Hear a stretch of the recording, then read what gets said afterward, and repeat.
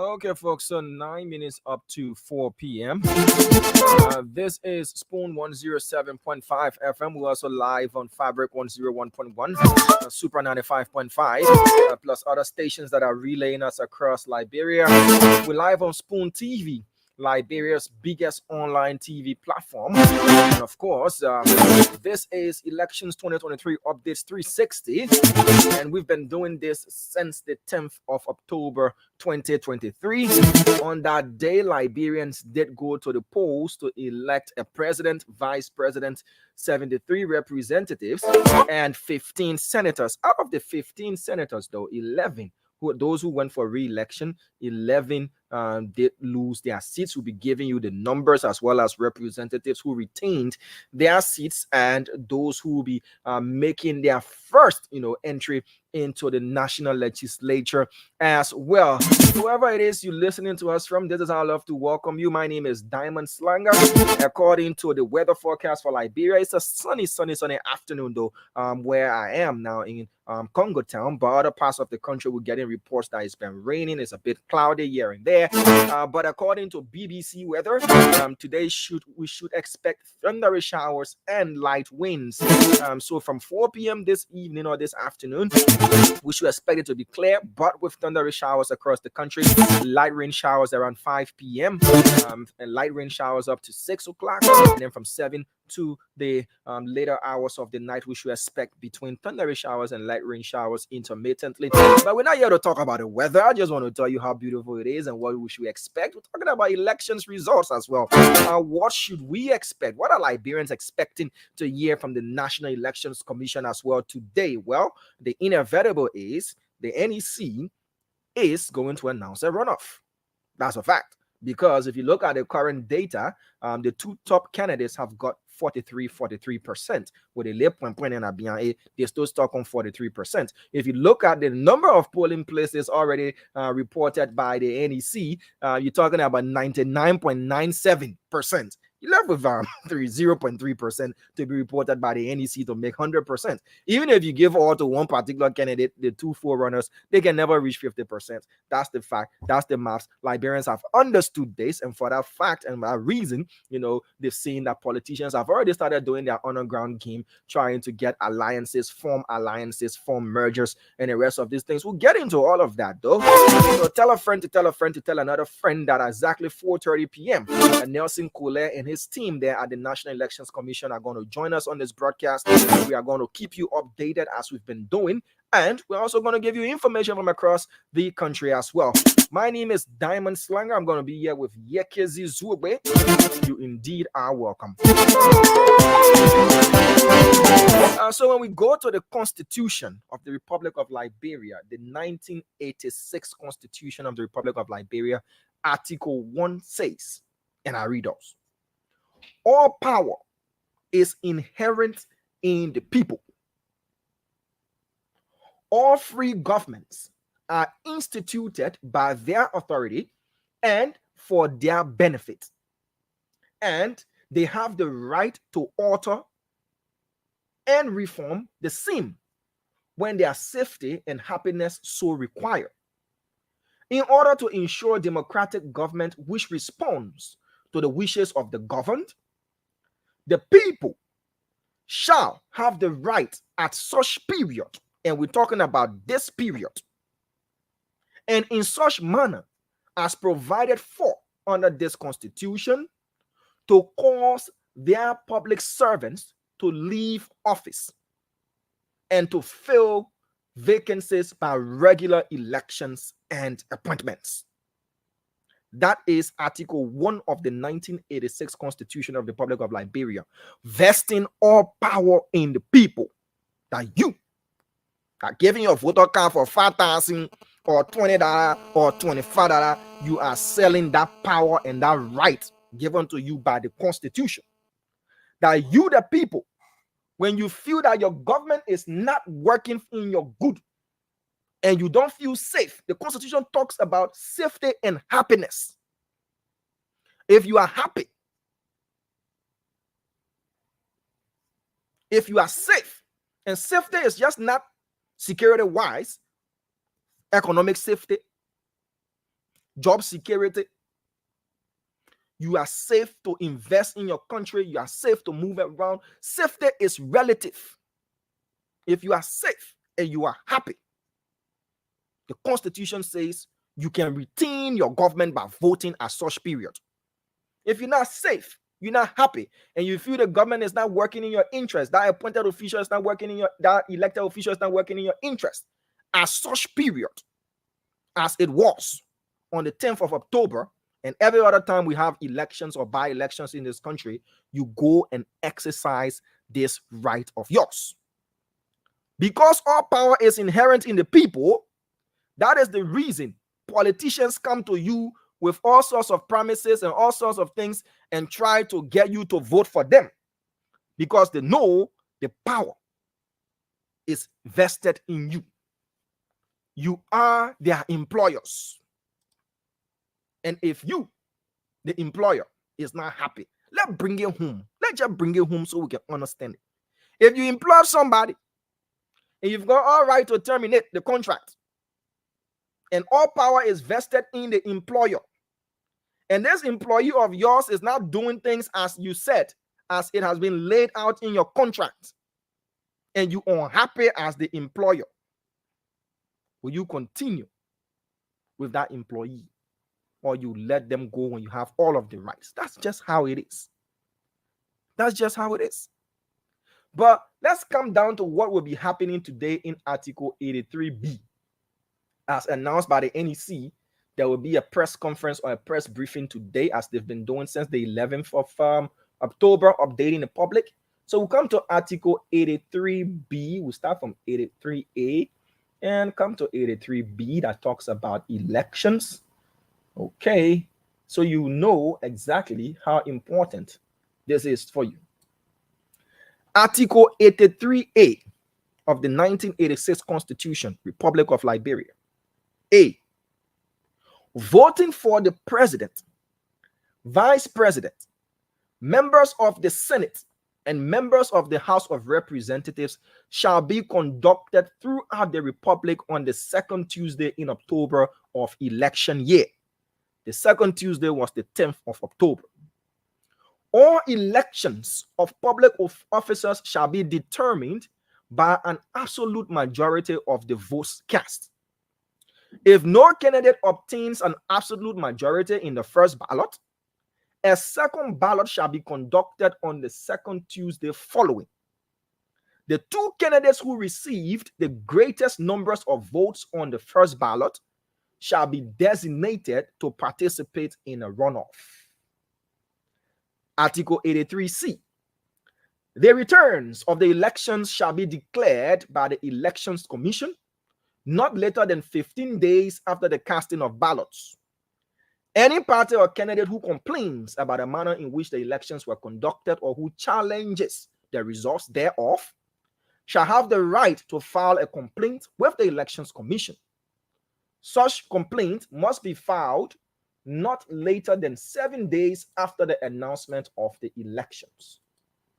Well, we're keeping our focus on 83A and 83B. 83A talks about absolute majority. In our country, first ballot absolute majority is 50% of the total number of valid votes plus one vote. Presidential, that gives you absolute majority. In the representative and senatorial races, is the person with the highest number of votes. There you have it. Now, which is the second Tuesday after the 15 days elapses? And where we're coming to educate our people more. The NEC has got 15 days after the casting of ballots to announce whether or not there is a winner before or on, but it's 15, not later than 15 days. So the NEC can wait from the 10th of October to the 25th of October. And on the 25th, not later than 11:59 p.m. to announce whether there is a winner or there will be a runoff. So yeah, 15 days, 15 days. Oh, the NEC, why they put wasting time for? They said 15 days, 15 days. Now remember, it was in 1986, 85, 86, when this constitution was crafted. 1985, the Road Connectivity though we're not there yet, but it was not as it is now. There wasn't internet connection. There was still the issue of transportation hurdles and the rest of the other challenges that still do exist, but not as they were in 1985, 86. So there was the need for a long period of time. Liberia, we are still lagging behind when it comes to technology. I saw people in the comment section, oh, Nigeria had an election, they get over 80 million or 200 million voters, and they get their results in 3 days. Oh, the other country had their own, Ghana had their own. Yeah. But we are Liberia. Not making excuses for the NEC though, but what we have is what we have to work with. So is the NEC still working within the constitutional period? Yes.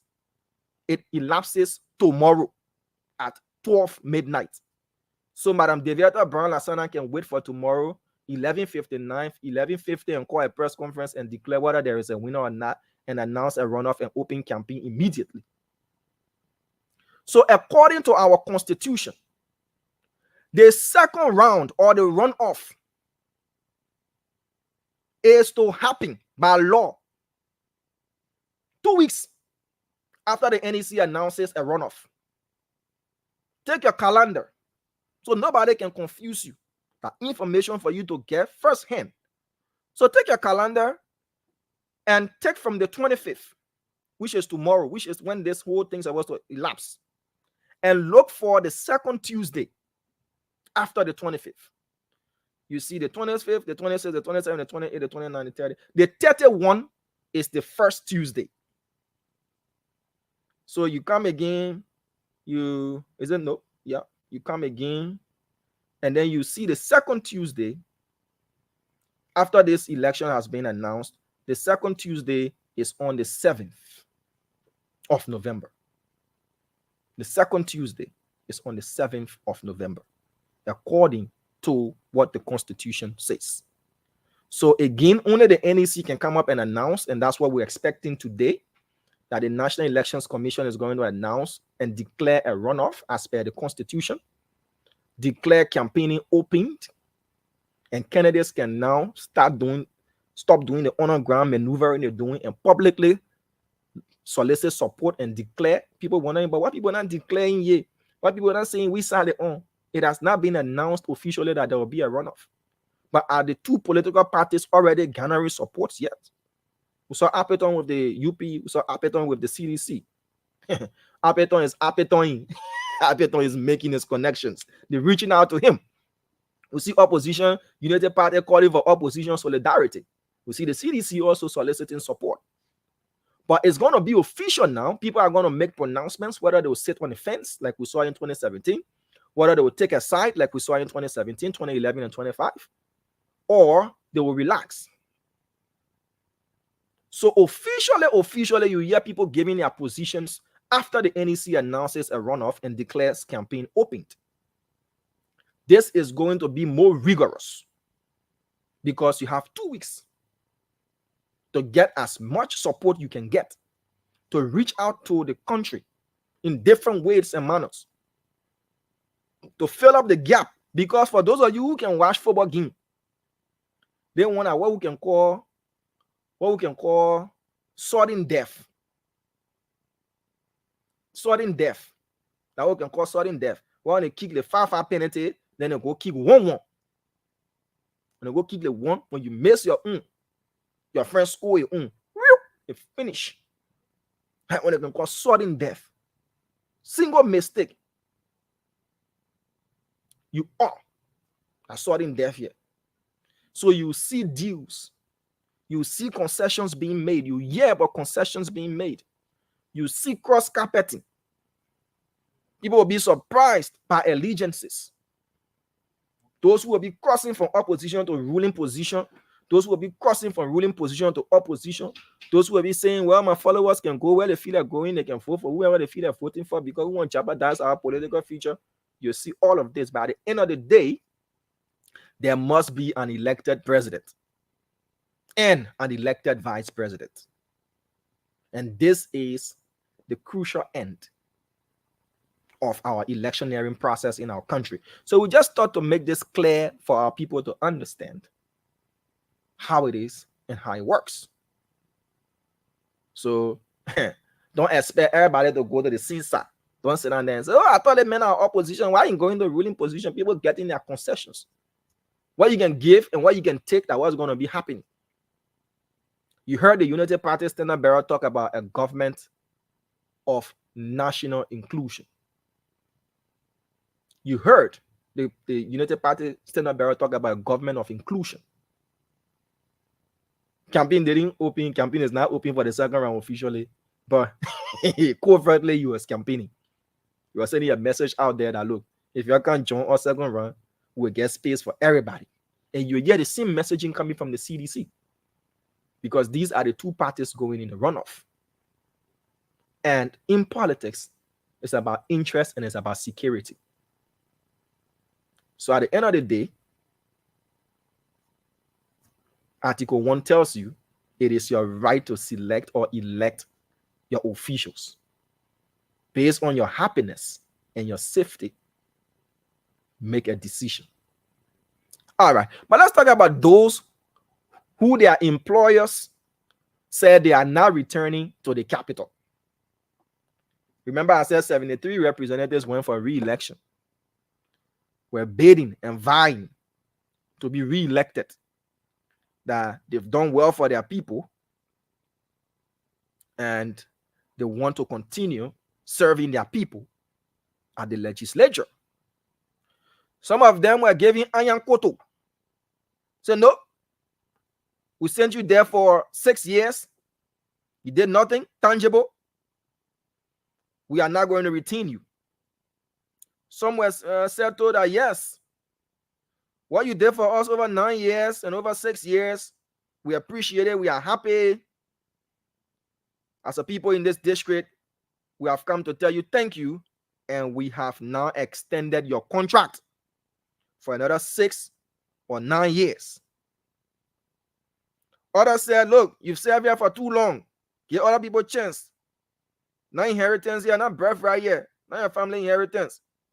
So we're taking it from you. Others said, farewell to thee. See you, bye-bye. Try again 2029. So these are the list of those who were told bye-bye. That's so long, bye-bye. We're taking our honorable plate from you. We're taking our senator plate. Representative Buffer Chambers, still Speaker of the House. Representative Moses Akaras Gray. Representative Solomon George. Representative C.B. Bashar.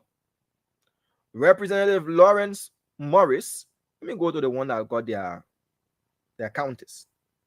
So let me go to that and their districts so you can know who coming back and who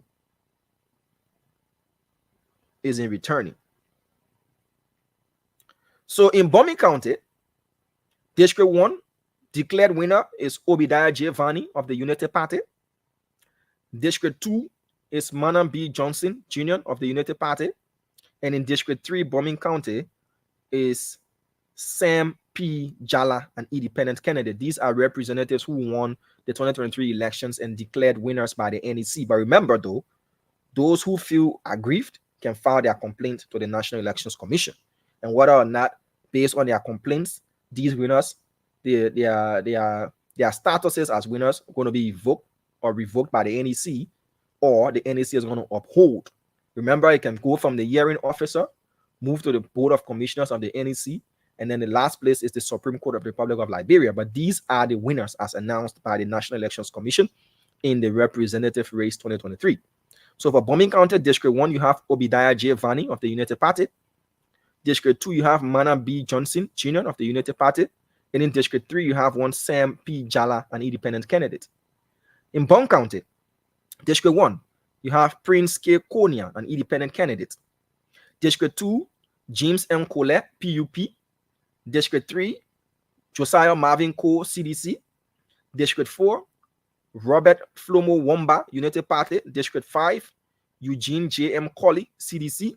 District 6, Muhammad Briggs Mensah, independent. District 7, Fode E. Famule, an independent candidate. That completes Bong County for the representatives. Bapolu. District 1, Zina A. Norman, CDC. District 2, Luther S. Collins, independent. District 3, Mustafa Warite, UP. So 1 CDC, 1 independent, 1 United Party. Grand Bassa County, District 1, Isaac G. Barney, MPC. District 2, Clarence J. Banks, an independent candidate. District 3, Matthew Joe, CDC. District 4, Alfred H. Flomo, UP. District 5, Thomas A. Goshua II, CPP. So 1 MPC, 1 independent, 1 CDC, 1 UP, 1 CPP in Grand Bassa County. We go to Grand Cape Mount County. Bintu Masale, District 1, CDC. District 2, Mohammed Dossel, independent candidate. District 3, you have Bese Soni Fikpa of Vote. That completes Grand Cape Mount County, the representative seats won there as announced by the National Elections Commission. We go to Grand Jida County. District 1, Grand Jida, Ero Madison Guel, CDC. District 2, Mary Johnson, LRP. District 3, Jacob C. Dibby of Leno. Grand Crew County. District 1, Nathaniel N. Bowie Sr., CPP. District 2, Fonati J. Kofa, CDC. That completes Grand Crew County representative elections, the winners. Lofa County. Lofa County, you have District number 1, Thomas P. Fala of the CDC. District 2, Fatoma Julie Weir of the CDC. District 3, Shafa Momo Poto, CDC. District 4, Lofa, Giselle K. Collins of the UP. And District 5, Augustine B. Chiwolo of the United Party. That completes Lofa County. 2 United Party, 3 CDC lawmakers there in Lofa for representatives. We move to Maryland County. District 1, Mark P. Jury, CDC. District 2, Anthony Williams, CPP.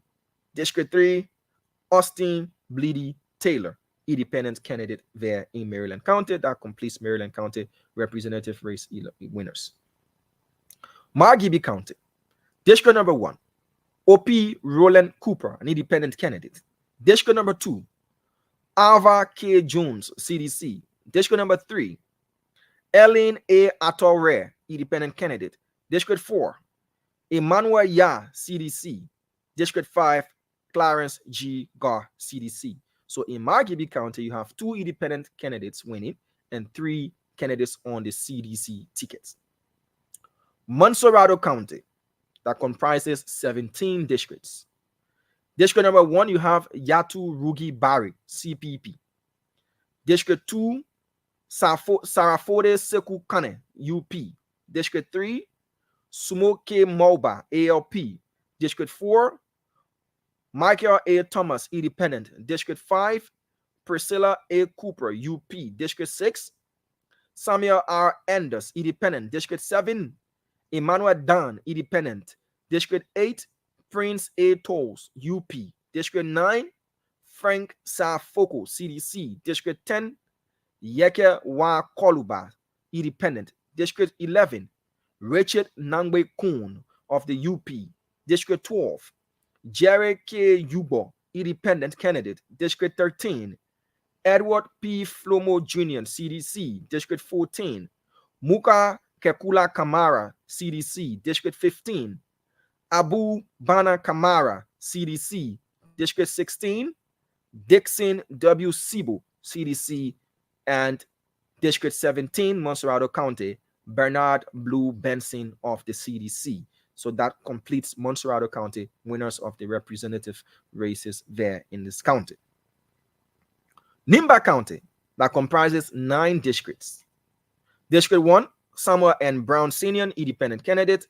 District 2, Nyanji Flomo of the CPP, District 3, Neka E. Gay, MDR, District 4, Ernest M. Masena, Senior, MDR, District 5, Nimba, Samuel G. Koga of the PUP, District 6, Tawan D. Glikia of the MDR, District 7, Musa Hassan Belete, CPP, District 8, Say S. Mana, MDR, and District 9, Ta Zewombe, an independent candidate there. That completes Nimba County. Riverside County with 2 electoral districts. District 1, Alex J. Grant, an independent candidate. District 2, Steve Tikwa, an independent candidate for Riverside County. River G County. District 1, Alexander Poor, CDC. District 2, Isaac B. Cholople Wu, CDC. District 3, Johnson S. N. Williams, Senior, CDC for River G County. So River G County has sent an entire CDC legislative representative caucus there to the House. Sino County to complete this race. District 1, Romeo Thomas Quio, NDC. District 2, Samson Q. Way, CDC. And District 3, Alex S. Noah of the CDC. That completes Sino County. We'll keep our eyes open for what's unfolding there at the headquarters of the National Elections Commission. I've been joined by Yekezi Zugbe as well. So let's complete the listing of new senators elected and the counties they are going to be representing. List of senators elect.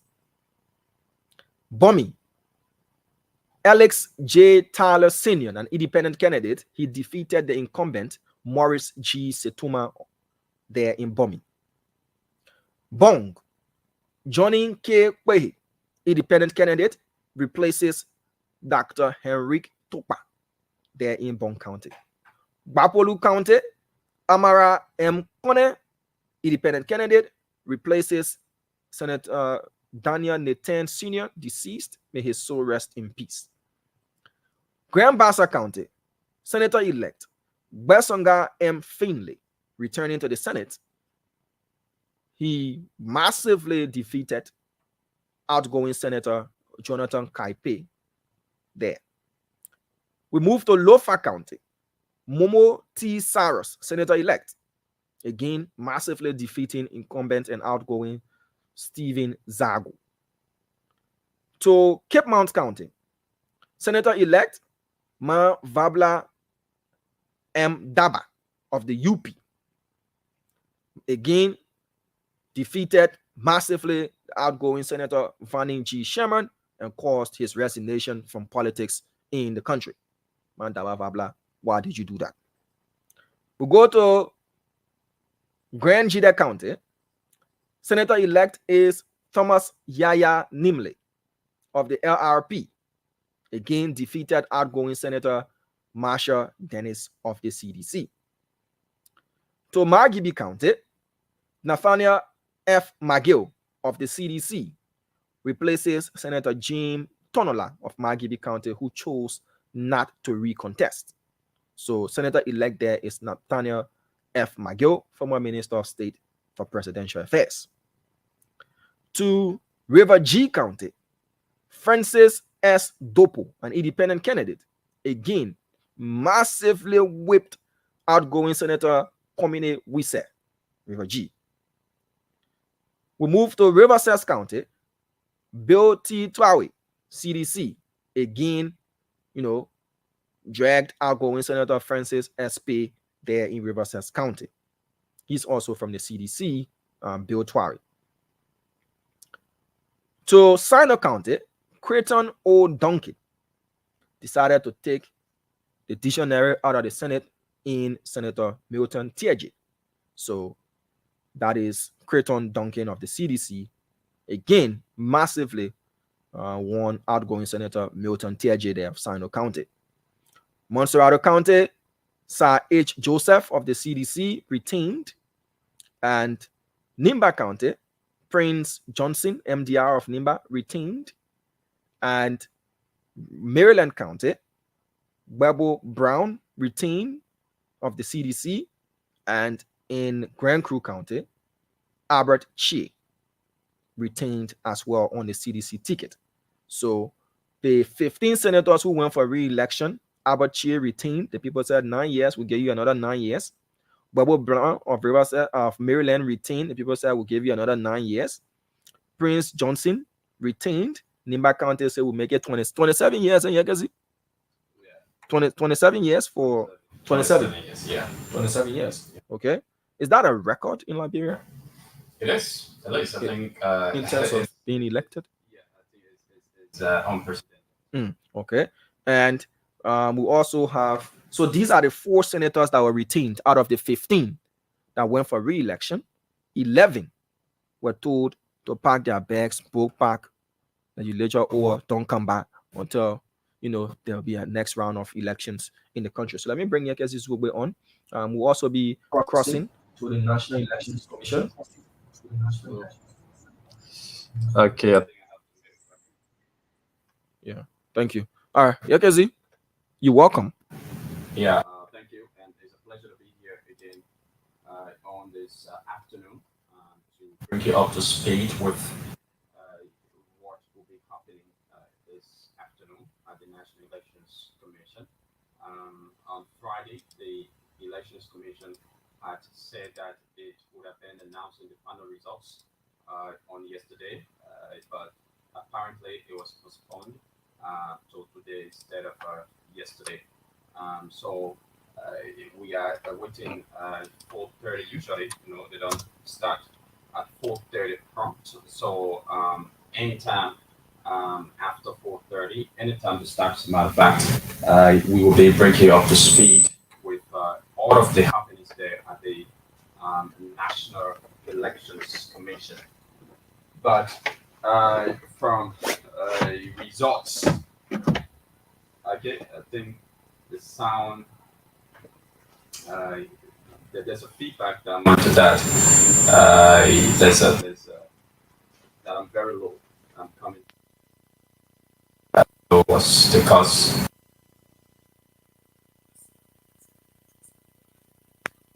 Again, so it's because of the headphone proximity to the microphone. So you want to change that and take mic 4. Let's try something out. That's Yekezi sorted out. Bring in mic 4. Okay. All right. Let me try this. Okay, go ahead. Okay, so just let us know if my audio is working now. Yes. So yeah, folks, I say still asking what's going on with the sound. Go ahead, Yekezi. So, folks, that's it.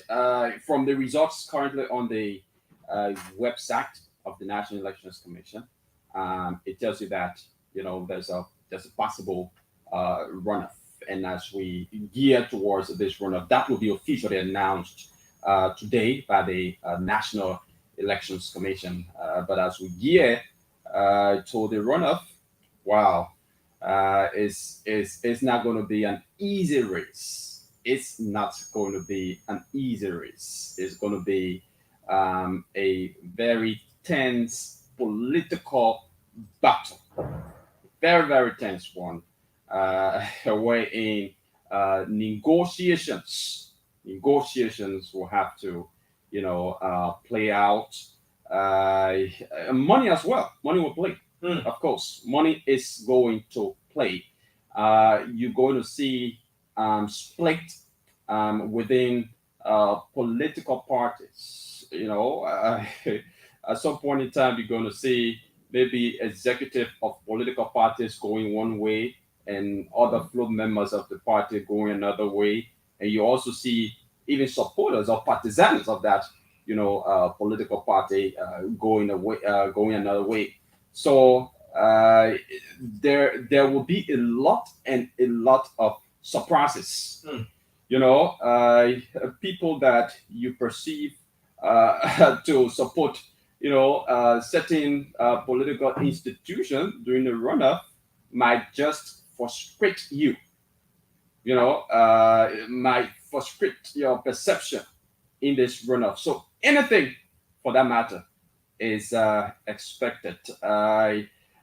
Someone who said yesterday that if there's any runoff, I'm going to support this particular political party. Don't be surprised if the person flip flop. And talking about, just pardon my interruption, it's a good one. Talking about parties and split, and people going diverse ways and the contestation of ideas and all that. You have a release coming from the ARCOP Candidates Caucus 2023. Okay. Position statement. They actually issued a position statement that looks like a legal memorandum of understanding. Okay. And just to paraphrase and summarize what they said, these candidates who contested on the ticket of the All Liberian Coalition Party, talking about 1, 2, 3, 4, 5, 6, 7, 8, 9, 10, 11, 12, 13, 14, 15. 15 signatures have said they've not selected or chosen a side yet.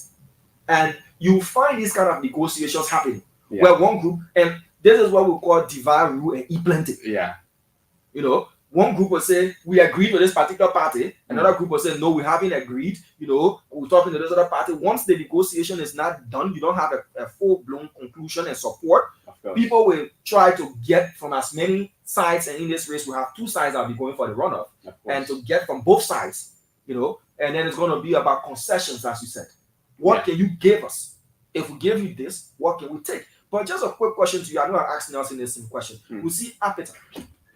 And Appeton in a picture with Joseph Human Boyka of the Unity Party. And Appeton is third from the presidential results as released by the NEC. 99.97% of polling places across the country tallied and reported. Edward W. Appeton Jr. Appeton is passing by off in short trousers, walking. Yeah. And Appeton now has got this poster about him. When we see in the supermarket, other places, say Appeton. He's supposed to know Appeton. Yeah. So I mean, people are even using the word Appeton in church now. So they want their blessings to be Appeton lives. They want to be the Appetons for their families. If you tell somebody that, considered as a serious contender to be negotiated with all of the theories we're hearing that he was a planted candidate, it was mistake votes that he had. What are mistakes or not? Looking at the numbers, they say numbers don't lie. Appeton is the third in this race. Should he be brought to the table for serious negotiations, or he should be taken as a fluke? Well, in this runoff, especially in election like this, you don't want to underestimate anyone for that matter. So even if somebody who's not popular comes at the doorsteps knocking, saying that they want to support you, that support is very, very important. And this is where you will even see politicians, going in bed with the devil, because their sole aim and objective is to win the election. So all they need is the number. Why is true that the name Appeton, prior to the October 10 elections, it wasn't, a household name in our body politics. I mean, a lot of people are currently thinking that Appeton was voted for by mistake. Probably, electors took him to be a certain candidate, and they had him voted for. But now he has the numbers. Mm-hmm. He has the numbers. The question is, should he be considered Of as course. a serious, party to have a negotiation with in terms of getting votes, or he should be considered as a fluke? In other words, should he be brought to the high table, as we see him with pictures with CBC officials, who they see him today, pictures again with the Unity Party standard bearer and all of that. In these runoff elections, every vote is important. Every vote, because I said, it's now simple majority. Every so vote is consideration that every vote is important. Should Edward W. Appeton, the most talked about political, candidate in these 2023 elections, should he be courted by the two parties going to the runoff and his demands being met as well. Of course, of course. Like I said, you don't want to underestimate anyone at this time, as every vote counts. Every vote right now counts. So, Appleton, whether you like it or not, the mayor came third.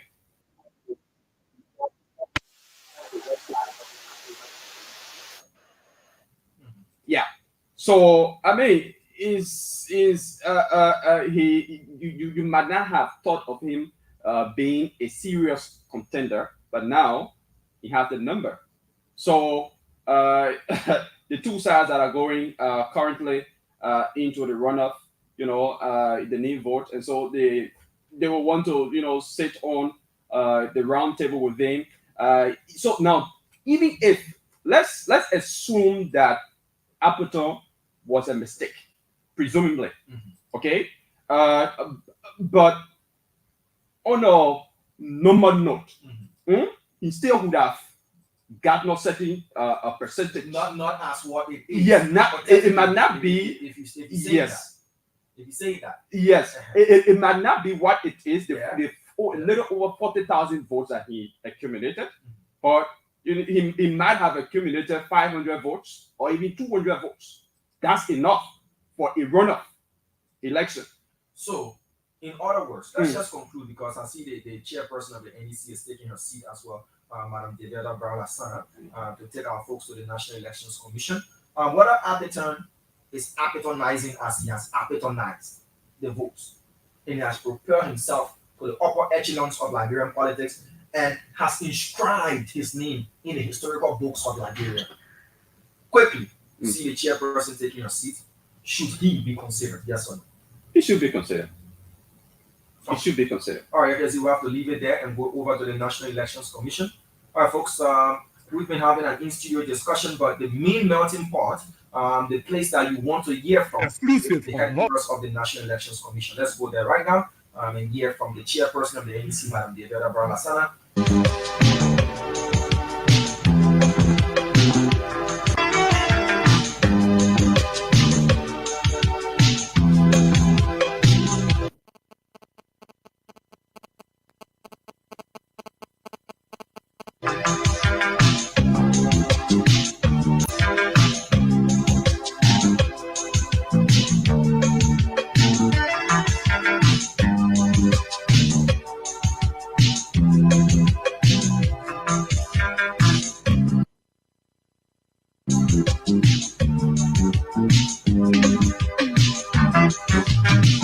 This is the time we come together to keep our country safe forever. So open up your heart, let a true love come right in. 'Cause love is all we need to make us stand. Let's all stand one another. The Republic of Liberia, the National Elections Commission, Madam Chairperson, Madam Co-Chairperson, and members of the Board of Commissioners, the ECOWAS Resident Representative to Liberia, Ambassador Joseph, local and international observer missions in Liberia, the Association of Liberian Journalists in the Americas, ALJA for short, members of the Inter-Religious Council here present, the Secretariat of the National Elections Commission, partners of the NEC, UNDP-DR, distinguished ladies and gentlemen, members of the Fourth Estate. Once again, we are pleased to welcome you on the compound of the National Elections Commission and to this daily press briefing following the 2023 general elections. The chairperson of the National Elections Commission is Madam Deveda Brown-Lassana, who will now address this conference. Madam Chairperson.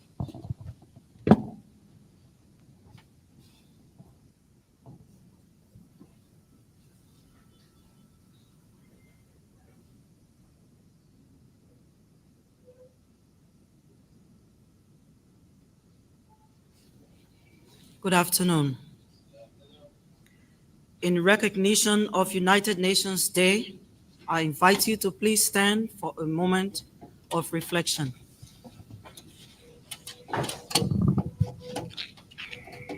As the United Nations celebrates another year of unity and sustainable development toward global peace, the National Elections Commission of Liberia is reminded about NEC's commitment to this year's UN Day theme, quote, "Action for Peace," unquote, by conducting free, fair, transparent, inclusive, and credible elections.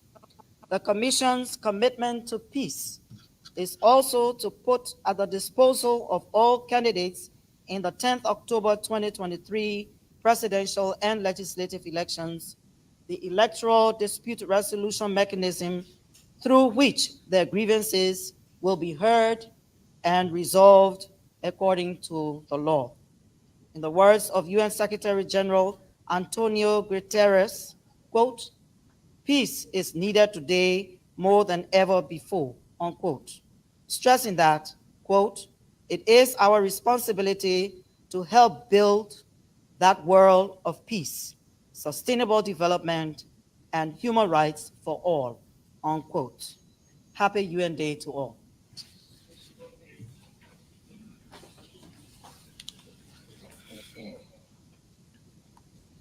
Madam Co-Chair, fellow commissioners, distinguished stakeholders, fellow Liberians, members of the press, ladies and gentlemen, I welcome you to the headquarters of the National Elections Commission and to the Commission's daily press briefings. In today's briefing, the Commission will announce results of the elections in Nimba County District Number 4, Bio-Lontuo, and the final nationwide results for the presidential, senatorial, and representative outcomes of the 10th October 2023 general elections. Members of the press, as you are aware, on 10th October 2023, Liberians went to the polls to elect their leaders, including a president and vice president, 15 senators, and 73 representatives. Election day, 10th October 2023, was characterized by a record high turnout of 1,947,155 voters, which constitutes 78.86% of the 2,471,617 total registered voters.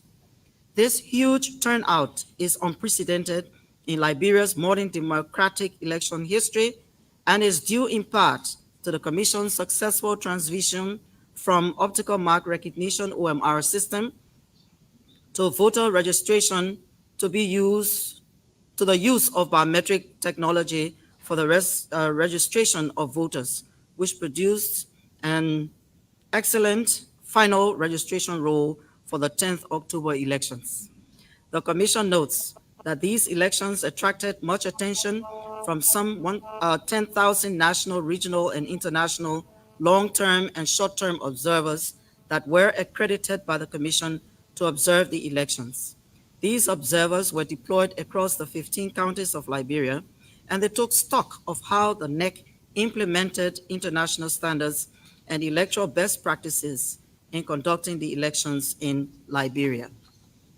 Ladies and gentlemen of the press, following the close of the 10 October polls, the Commission in its daily press briefings informed Liberians and stakeholders about post-election day happenings, ranging from disruption of tally processes across the country to electoral malpractices by some temporary staff recruited by the NEC. Specifically, at the Monserrado Tally Center at the Samuel Canyon Dos Sports Complex, 5 temporary staff allegedly involved in malpractices were arrested by the police. Similarly, in Grand Cape Mount County, 4 NEC temporary workers were arrested by the police for alleged electoral malpractices. In both cases, they were remanded into custody pending court trial. The names of these temporary workers are quarantined in the NEC database as they will not serve in any future elections in Liberia. In Nimba County, District Number 4, 2 polling places in Precinct Bio-Lontuo witnessed the disruption of the counting process when some individuals made away with ballot boxes, damaging their contents in the process. This led to the rerun of the 3 elections at the 2 affected polling places in that precinct. Despite these and other challenges, the Commission notes the completion of counting, tallying, and collation of the results from the 20 October 2023 elections in Biolontuo. Ladies and gentlemen of the press, before proceeding with the announcement of the results of the Commission of the elections, the Commission expresses thanks and appreciation to Liberians for voting in huge numbers. The Commission also extends its thanks to the United Nations ambassadorial missions to Liberia, the African Union and ECOWAS Commission for providing technical data and IT support, as well as logistical and other equipment and materials which strengthen the capacity of NEC to deliver on these elections. These partners are also appreciated for their intervention through various mechanisms, including the National Steering Committee on Elections, which advocated for the Commission's readiness to conduct the 10th October polls. The Commission also applauds the Ministry of Justice and the Joint Security for their steadfastness in maintaining peace, yea, their proactive and reactive responses to incidents that could have permanently disrupted the electoral process, but for their timely interventions. To the temporary staff, as well as NEC employees and the NEC management team, we thank you for your diligence in the preparation and execution of your duty during the conduct of the 10 October polls. To the owners of properties that were used as voting precincts, the Commission remains grateful to you for your patriotism and selfless love for country. The Commission also applauds the general public and the general support of international, regional, and local organizations, including Democracy International, Leon, ESA, ECC, etc., to the over 10,000 national, regional, and international observers who observed the 10th October 2023 presidential and legislative elections. The Commission's final commendation goes to the political parties and candidates generally for their peaceful participation in the 10 October polls. Ladies and gentlemen of the press, here now are the presidential, senatorial, and representative outcomes of Electoral District Number 4, Nimba County elections conducted recently. I will begin, and my colleague, Commissioner Awa, will join in. Nimba County, 736 polling places, of a total of 736 polling places, constituting 100%. Alperton Junior Edward W. GDM, votes obtained 6,128, constituting 2.64%. Boyka Joseph N. UP, votes obtained 138,070, constituting 59.53%. Brown Junior Allen Ara LRP, votes obtained 3,501, constituting 1.51%. Cummings Alexander B. CPP, votes obtained 2,592, constituting 1.12%. Freeman Simeon CM MPC, votes obtained 2,481, constituting 1.07%. Gonglo Tiawan Se LPP, votes obtained 17,024, constituting 7.34%. Kamara Senior Lucini F. Alcub, votes obtained 2,481, constituting 1.07%. Kiamon David G. B. DPPL, votes obtained 678, constituting 0.29%. Collie Alexander N. RNC, votes obtained 617, constituting 0.27%. Kuyate Sheikh A. LFM, votes obtained 781, constituting 0.34%. Kroma Bendu Alema Independent, votes obtained 842, constituting 0.36%. Miller Richard Say, LFP, votes obtained 380, constituting 0.16%. Moniba Clarence K. Lionel, votes obtained 397, constituting 0.17%. Morris Roberts Friends Independent, votes obtained 518, constituting 0.22%. Nyanti Sarah Beslow All, votes obtained 411, constituting 0.18%. Tweeder William Ware DNA, votes obtained 1,257, constituting 0.54%.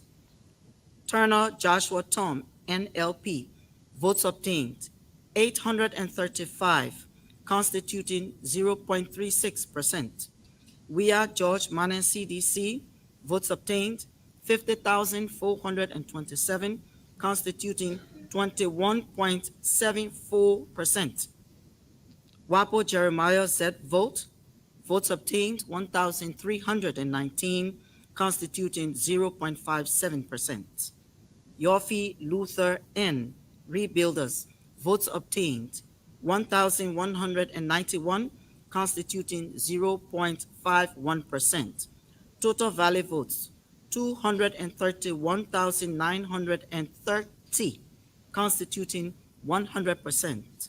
Total invalid votes 16,422.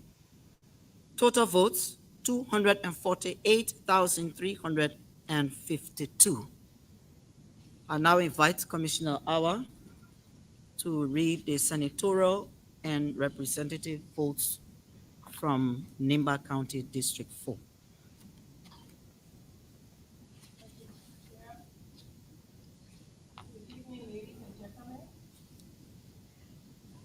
I present to you the National Elections Commission's Progressive Tally Report consolidated for the Senate, Nimba County, today, Tuesday, October 24th, 2023.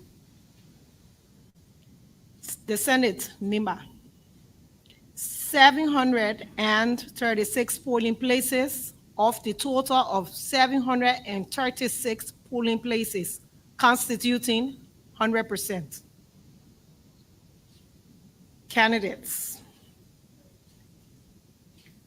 Johnson Prince Yomi, MDR, votes obtained 128,437, constituting the valid votes of 54.92%.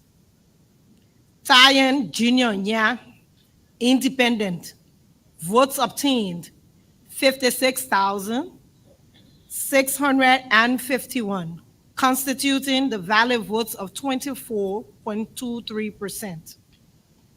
Duo Roland G, CDC, votes obtained 20,015, constituting the valid votes of 8.56%.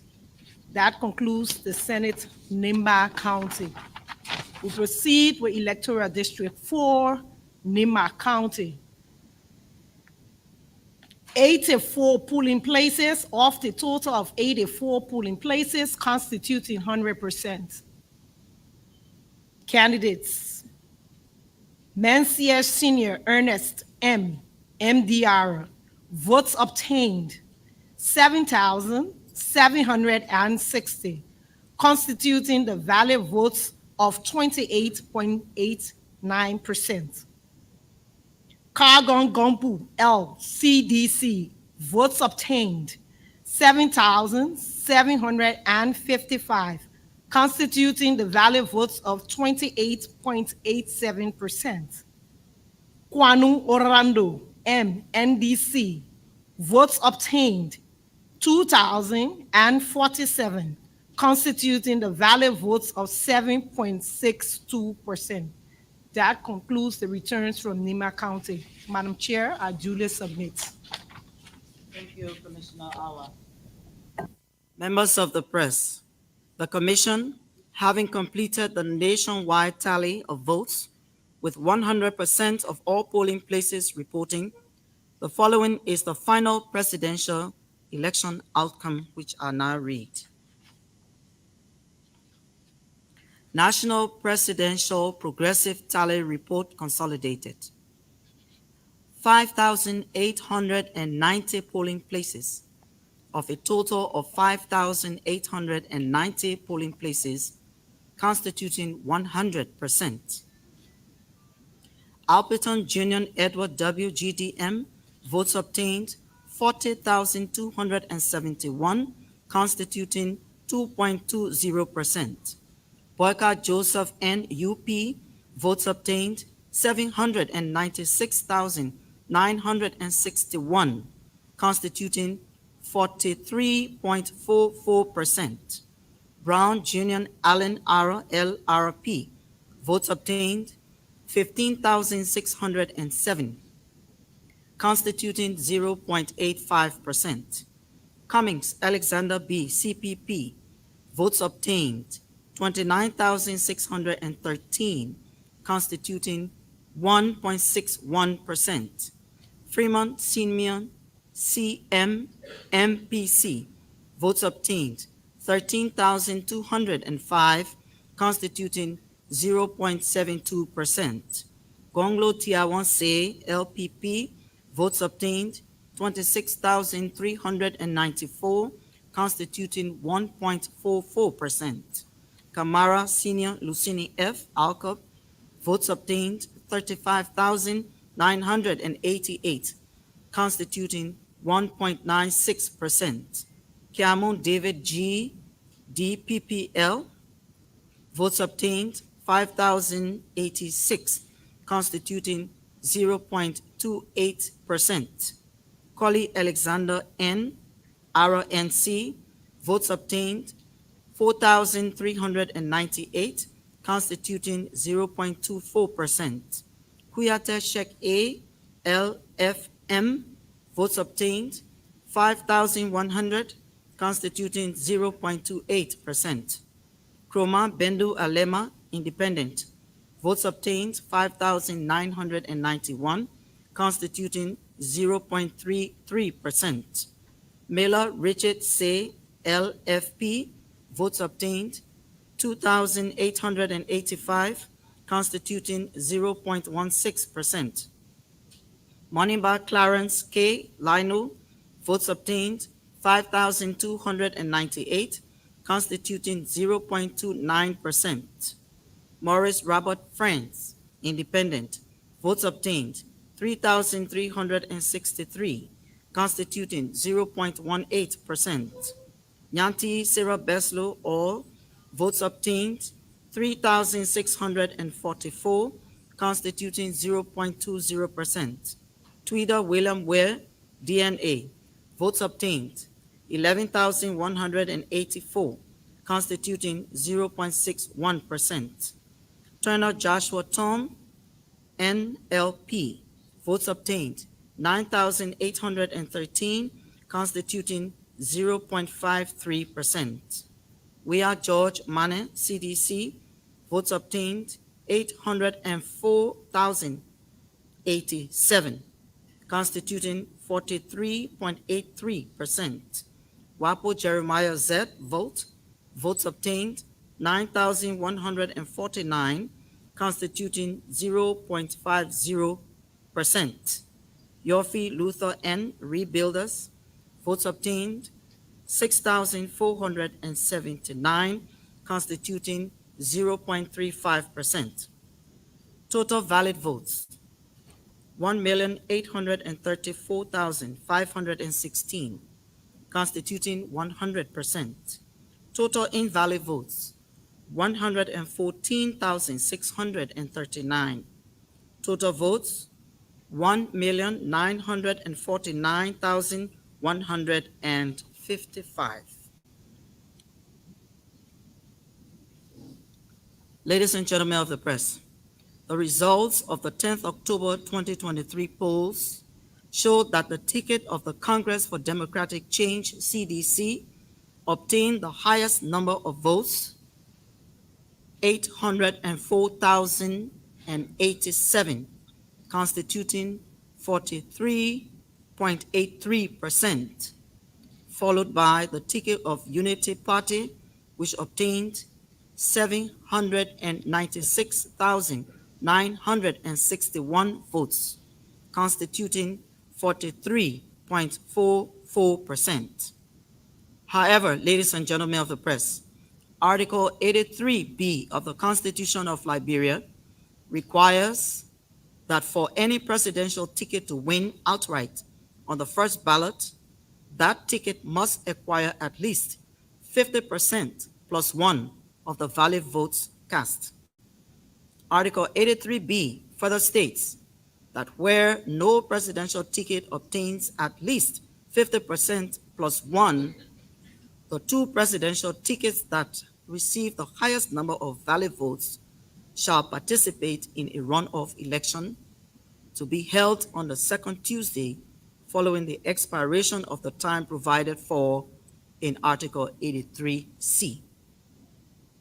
With the results of the 10th October polls showing that no presidential ticket obtained 50% plus one vote, a runoff election is hereby declared to be held on Tuesday, 14 November 2023, between the two tickets that obtained the highest number of votes, the presidential ticket of the Coalition of Democratic Change, CDC, led by Mr. George Manawia, and the presidential ticket of Unity Party, UP, led by Mr. Joseph Numa Boyka. Ladies and gentlemen of the press, political campaign for the 14 November runoff election is hereby declared open today, 24th October 2023, and shall close on the 12th of November 2023 at 11:59 p.m. All of the results read can be found online, results.necliberia.org. I thank you.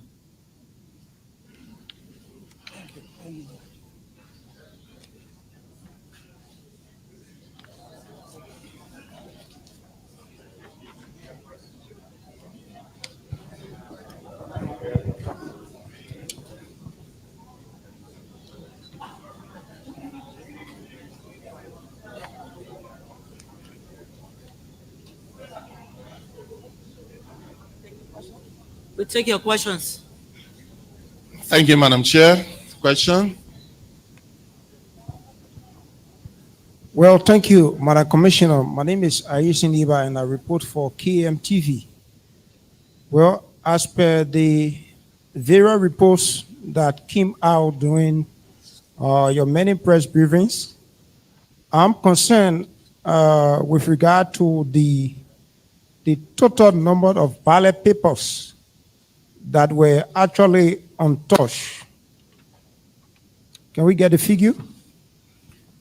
We can get you the figures later. They're not before me, and I need to be exact. Madam Chair, my name is Eric Kennedy, and I represent Arjar. Given all that we now know, including but not limited to the challenges and the circumstances that attended the October 10 poll, what lessons has the Commission learned, and what can you do differently, if anything, as we go through or as we go to the runoff elections in November? Challenges including the problem we have with transporting materials to Sino County, people commandeering ballot boxes in Lima, and all of that stuff. So what is the Commission planning to do differently so that we don't encounter those problems again? Thank you. You want me to answer, or you just want to put it straight? Okay. I think basically, and this is unrehearsed, I think basically that one of the lessons that the Commission has learned is to ensure that all logistical options are on the table with respect to reaching hard to reach areas. In other words, we had to use boats to send some of our materials to the southeastern and northern region of, of the country. Specifically, boats for the southeastern region because of access to the ocean and additional rugged vehicles to reach to places that like Nimba and Lufa County. Yeah. Thank you. Madam Chair, my name is Henry Kamo, and I represent the Front Page Africa. Madam Chair, my question is, with evidence provided by this commission, where you reported that NEC workers were arrested for malpractices, should or would you consider this a fair elections you just conducted, especially where your temporary workers were involved with malpractices? And should the public trust you for the runoff, especially when you will be using the same people, the same NEC workers? I will answer your question by saying that we told you that the NEC workers in the Montserrado Tale Center as well as in Cape Mount were caught and turned over to the police. That's one action that we took. The second action we took was to ensure that whatever malpractices they were engaged in were reviewed and corrected on the spot. And if you say whether this election is fair, I would say by the actions that we took to make corrections as we're going on, and the fact that we brought those problems to you and the Liberian people and told you what corrective measures we put in place to address the different challenges that we had, I would say to you that the 2023 10th October elections were fair elections. Yeah. Should we trust you? Certainly, you should trust us today, tomorrow, and the day after. All right, so Madam Commissioner, my name is Prince Mobile, and I report for Prime FM and Focus on Liberia. So I have two concerns. One, now that the Commission has announced the final result and also announced date for a runoff elections, this issue was experienced during elections day. People had valid voter cards, their names were captured in the FRR, but when the polling places, they were told that others have voted in place of them. Is the Commission aware of that? If so, what was responsible for that? And what can the Commission do so that we cannot have the recurrence of that during the runoff elections? My second concern is we have recorded huge number of invalid votes, 14,000 plus invalid votes. What was responsible for that? If I got the figure correct. Yeah, let me start with your last question. Invalid votes, I don't know how to put it. There are multiple reasons why we normally experience invalid votes in elections. And this is not a Liberian thing. This cuts across most of the African countries. What might be different would be the number.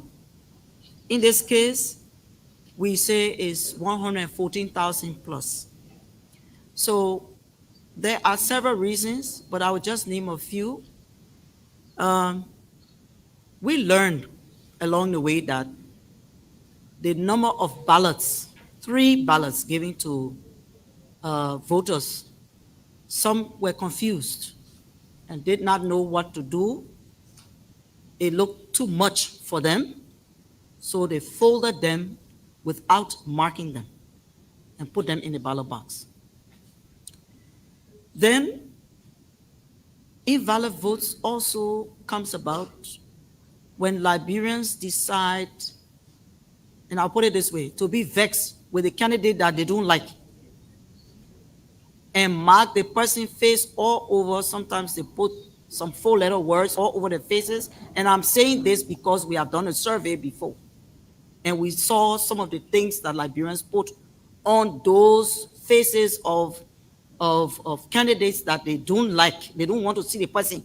So they want to scratch them off the ballot. Secondly or thirdly, some persons will mark outside of the box completely. There are just multiple reasons. We've been criticized for not conducting enough CVE to ensure that voters will mark the ballots the way how they are supposed to. So we take that correction. We'll do our best next time.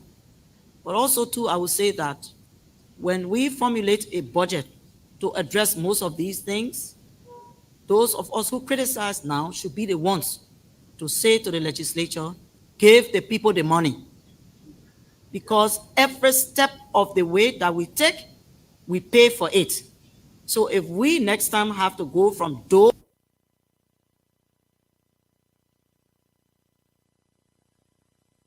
to door to explain to Liberians how to mark the ballot, we need to be supported financially.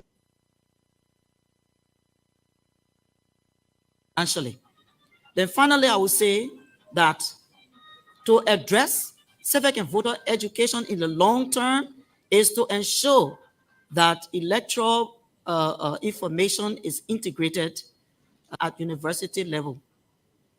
So people get to know how to mark the ballot, they get to know their rights and all of that. And they get to know not to be vexed with the candidate that they don't want to see.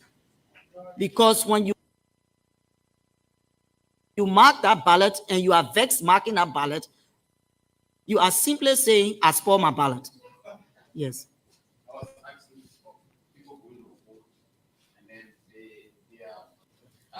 This is something that is new to me personally, because I have been receiving reports for many things that happen in the field. Some of them I went and saw myself. But this particular one that you're talking is not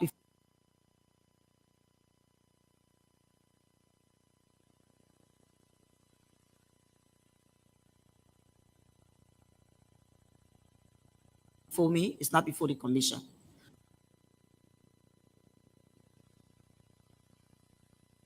But probably you may be alluding to the fact that those who were multiple registrants were placed in the back of the FRR. That booklet has two parts in a particular polling place, so they come first. Then those, if you come and bring your card and say you come to vote, you are checked in both parts. If you're not found in part 1, they look in part 2. And if you are in part 2 will say where you first registered, and the workers, election workers, will direct you to that place that you first registered. And you are supposed to go there, not to go to different other places that you did not register, to be looking for yourself where the other places are. Thank you, Madam Chair. My name is Ngamen Lomo. I work for the News Public Trust. I would like to know how many electoral dispute cases before the NEC and how many of it have been disposed. 2, can we also know the budget needed for this runoff election? Thank you. Those are 2 questions I cannot address immediately because the budget is not before me. And with respect to the number of cases, we know that we have received cases, something close to, I think about 5, thereabout, between 5 and 8. Some of them are being heard at the local magisterial level, and then the others are being heard here.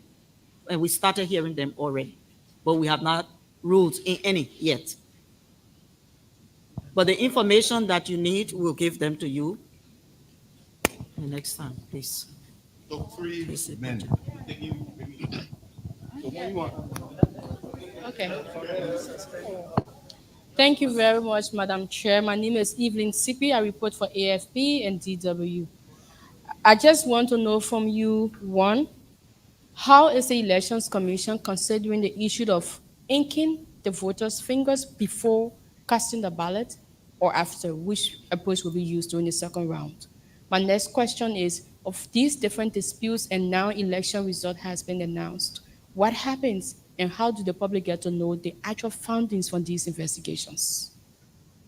I will say to you that we conduct hearings here at the commission.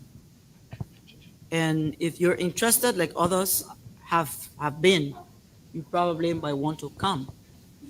What we try to control is that when you come as a journalist, you write what you see and hear. We will not encourage recordings. So you can also come. That is the press and any other persons who may want to come. Then what was your next question? Inking the finger before. We ink the finger before they cast their votes. Is that how it happens, my friend? Yes. And let me say that. The reason there is. Hold on, please. Right? Let the most experienced commissioner in the area of field coordination, let him talk. Thank you.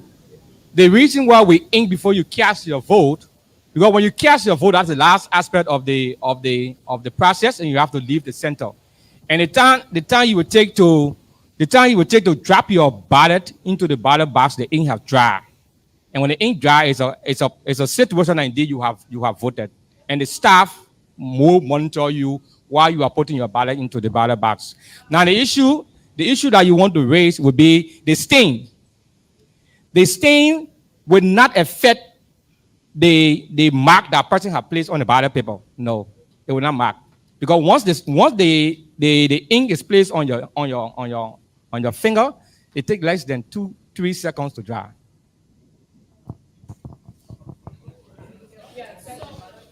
Talking about the numbers of invalid voters that there are recommendations coming from the public because at some polling centers, like all folks, like people who are not very different about the voting process, in the process of polling, there are reports of this thing running through on other people. Now I'm asking whether the Elections Commission is considering that as maybe another approach of what to do, whether actually they have to apply to avoid this. But if the ink is placed for instance on the ballot paper, the mark of that person, the intent of that person is known by the presiding officer. So it does not amount to invalid vote. It does not amount to invalid vote. Hold on, please. Hold on, please. Hello? Yes, please. Can we just have it quiet, and then if you understand the question a little better and you want to say something about it, you can go ahead. Okay, so to this question, I was to some of the polling places where it's supposed to be counted. And the poll watchers and the elect workers were declaring those valid because it has spilled over, even though the intent was clear for the check mark, but because of some little mark on the other candidate box, those papers were declared invalid. All right, thank you very much. Let's have one of our technical staff, who's the deputy for administration, share a little more light on this. Go ahead, Mr. Cole. Thank you very much, Madam Chair. The reason why we ink before you cast the ballot nowadays is that some people refuse to get inked.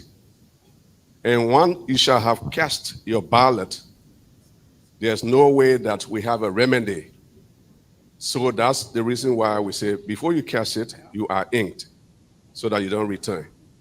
And we agree with what you said, but during the training, we will see what to do to make sure that the ink does not spill. But from our experience, people get inked, after they cast their ballot. But in the past, some people cast their ballot. You say, come, let's ink you. They say, no, you can't ink us. What do you do in that case? You cannot withdraw the ballot from the box. So that's the main reason why we have transitioned from inking after casting to inking before casting. I hope you understand. In other words, we thank you for that recommendation and we will look into it.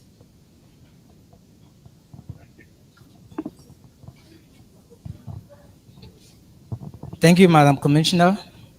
I'm Nelson Collet, and I report for the Spoon Network. I have 3 concerns.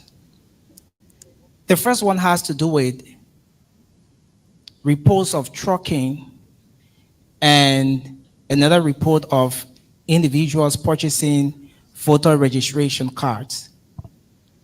For the trucking and that, now, considering that elections are expected to be free, fair, and transparent. Let's speak to the aspect that has to do with free. What is the National Elections Commission doing to ensure that these issues are addressed? Okay. And I made specific reference to a candidate in Bond County, Morgana Flomo, who was heard on the local media this morning, that he had issues with trucking and all of that. He reported to the National Elections Commission since July up to present. He's yet to receive a redress on that. What is, now that you've announced a runoff, how do you intend to address that situation? That's my first concern. Okay, you hold it there, please. Okay. The issue of trucking. Now, everybody's business here. Everybody's business. Because it's your brother, your sister, your auntie, your uncle that get in a truck from one community and go to another community to vote where they do not reside. They go there. The Elections Commission's mandate is register Liberians as voters. Now, if we are to police people who were trucked, then it means that it's another mandate that we are delving into that is not prescribed by law. But we work with the LNP to ensure that the law that says you should register and vote, register to where you ordinarily reside, and it's in that same place that you are going to vote. We all should strive to ensure that this happens. And it's not the business alone of the commission. This is a very difficult situation that any election finds itself in, and either we go back to the law for it to be revised to ensure that people who get in trucks, motorbikes, bicycle, some people can even move without riding any of those things, and they move in mass from communities. Now you know the difficulty in checking that. So maybe we need to petition the legislature to strengthen the law that speaks to trucking, and then perhaps all of us might be satisfied that the rest of us remain in our communities. Secondly, I would say to you, even in our advocacy, the awareness raising about people's rights to vote and to use the law as it says, you should register where you ordinarily reside, and it's that same place that you vote has been one of the key messages we have targeted different communities and to speak about in those civic and voter education exercises that we have conducted. Now, the issue about, you say people purchasing voter cards? There are reports of that. There are reports. So these reports, the NEC cannot substantiate them. You can't substantiate these reports. But it's against yourself to sell your card. It's against yourself to give your card to anybody else other than you. Because it's with that card that you can exercise your franchise, you can make that decision to vote for who you want to be your president, your senator, and your representative. If you want to give your card to somebody else, that person cannot use the card because the person is not you, but the person buying your card can prevent you from voting. So we all need to be aware of this and I don't know, talk to our brother, sister, auntie, uncle, and children. And the last two concerns. Okay. So we saw that from the start of this process. For the first time, the BVR, the biometric voter registration, was introduced. What significant impact did that BVR have on this process to sort of curb the malpractices and all of that? And what's the status of the payment of those temporary staff? The last time you spoke of it, where are we now? Have they been paid? The staff are being paid. One of the, and maybe my colleagues can join me too, the brain getting tired, but I say to you, the biometric voter registration that we conducted captured your unique information, your unique feature, your face, your thumbprint, and the rest of the other information on your card.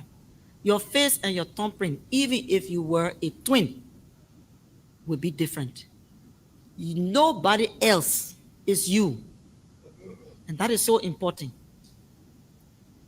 The BVR also was significant because,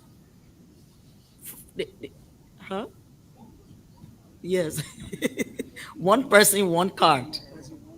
One person, one card. As we expect, well, one person, one card, one vote. The cleanup was necessary because some of our relatives went and registered more than once.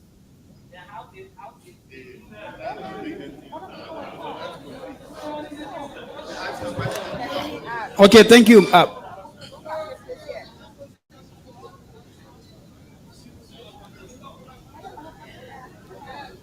Thank you, Madam Commissioner. My name is Jonathan J. Slonton, and I report for Ambassador Stevie Liberia. In one of the press briefings, you mentioned that some of those who were to go at polling places on election day, they did not go, they didn't show up, so they were replaced by other people. And I visited a few of the counties.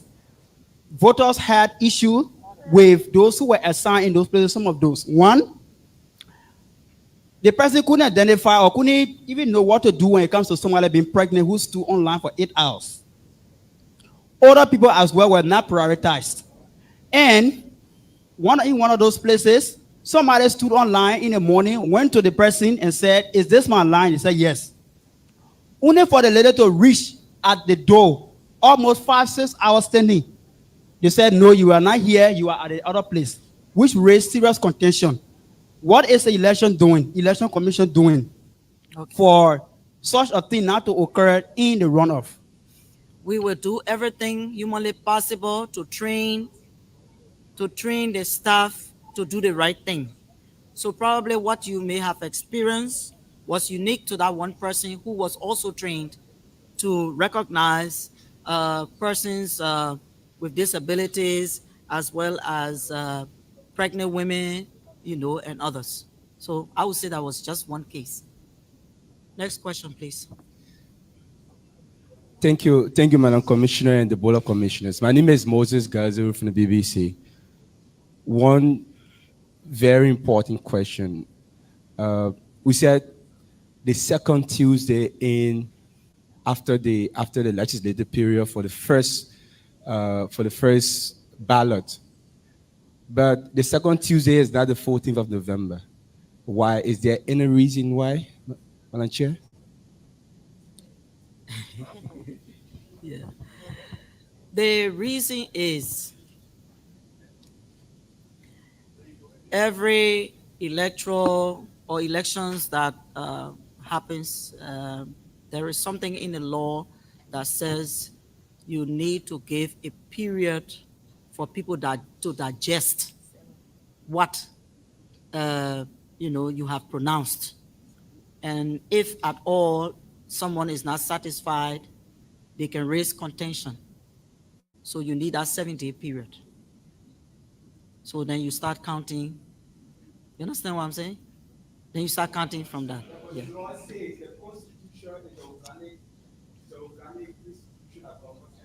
That is so correct. But we also have Supreme Court opinions that we look through and we make the decisions, and we lift them to make the decisions here in the commission.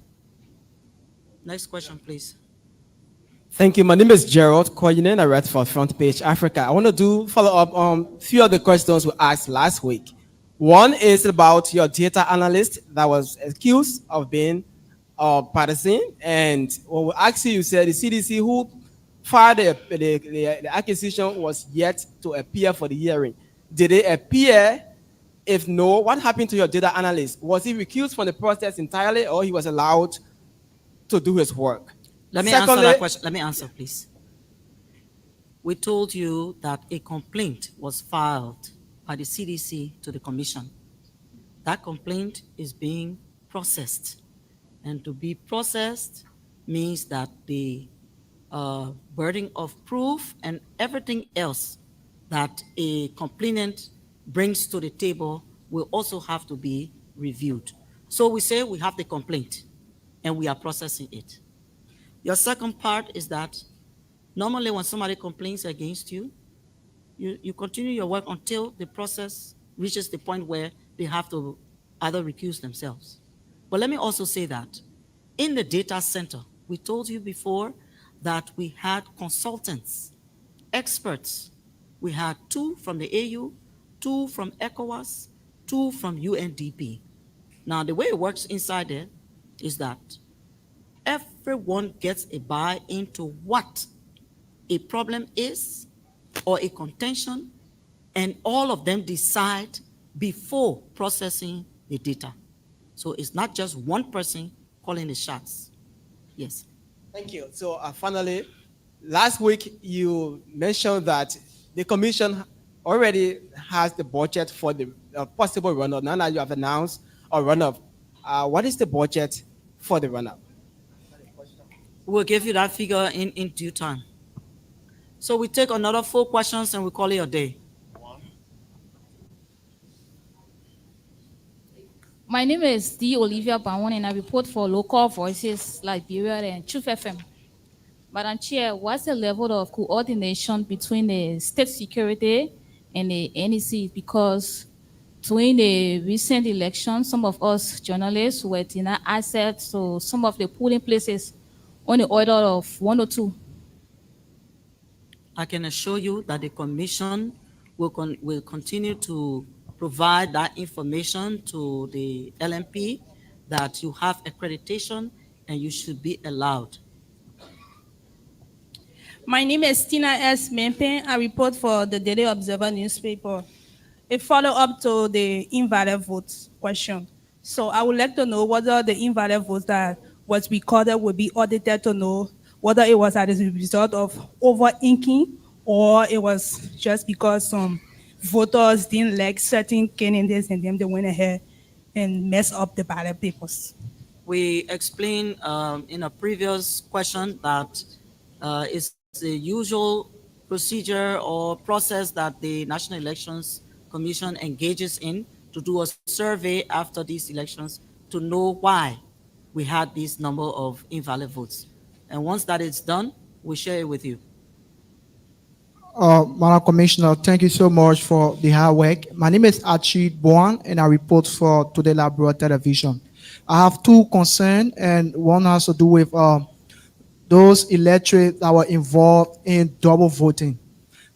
Since the onset of the provisional results pronouncement, we haven't heard from the elections commissioners as it relates to those who were involved into double voting.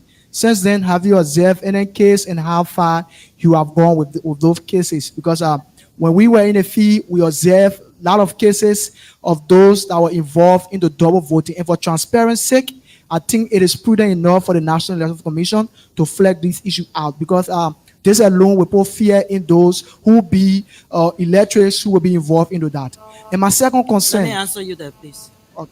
The issue about double voting, if it comes by way of complaint to the commission, I can assure you that we will deal with it.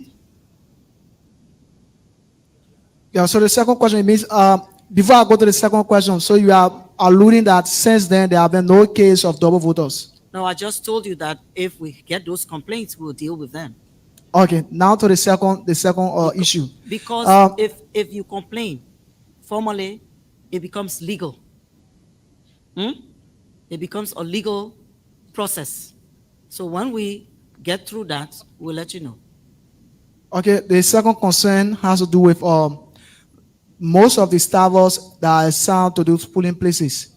They are not aware of the fact and the role that journalists played when it comes to the elections period. I'm saying to say, I means that we journalists were denied of entering into polling rooms when there were countings and voting. We were only informed that we are not allowed to carry our camera to a voting booth, but we were denied by our staffers from entering into the polling rooms to observe how the elections have been conducted. So I want to know as to whether there's any formal education provided to establish on the role of journalists in or during the elections period. Okay, let my colleague who knows about the business, let him expound on it a little bit. Commissioner. Thank you.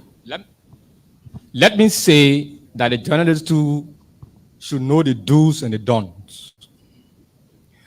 During the electoral process, we encourage journalists to go around because journalist is a roaming person who go around will observe the process. But when it comes to the counting and polling process, the observers that is accredited to that particular center are the ones that are in that center to observe the counting and polling process, and counting and sorting and reconciliation process. Because when something happened down there, you who roaming around the area, you don't know exactly what happened down there. You'll not be reporting the fact as compared to someone who has been there from the morning up to the time counting, reconciliation, and sorting will be taking place. So again, the issue about the do's and don'ts is very important. Some of the journalists, very good professional people, but some of the journalists will just go to the center and look at the police and say, I'm a journalist. I need access to this thing. And some of the journalists were even reporting live while the thing was taking place. So the do's and the don'ts are very important in the process. We don't have problem with you going during the process to observe what is taking place there. But when it comes to the issue of sorting, reconciliation, and counting, that is a dedicated issue. And people, that's why we encourage the party agent, the independent candidate, the national, international, etc., to be there so that when anything happens down there, it can be easily solved as compared to you be roving around. You don't have the facts about what have taken place there. Sometimes the little issue that occurred there, the presiding officer has already solved that problem. You come, you say, I'm a journalist. You want to go back to the state. So sometimes some of the journalists can go start the process. And I don't think it's a good proceeding. We can encourage you. And that's why when you are moving around as a journalist, go to the presiding officer and say, presiding officer, I'm assigned into this polling place.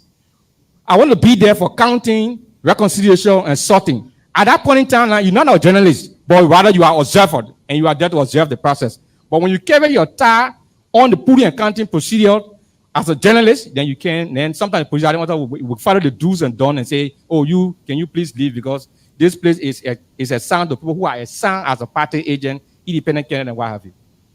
So hold on, excuse me, sir, please. I'm saying when you are a journalist, time for counting, sorting, and reconciliation, you are to tell the presiding officer from the beginning and say, I will be here for the counting, and at that time, you are not a journalist, you are an observer.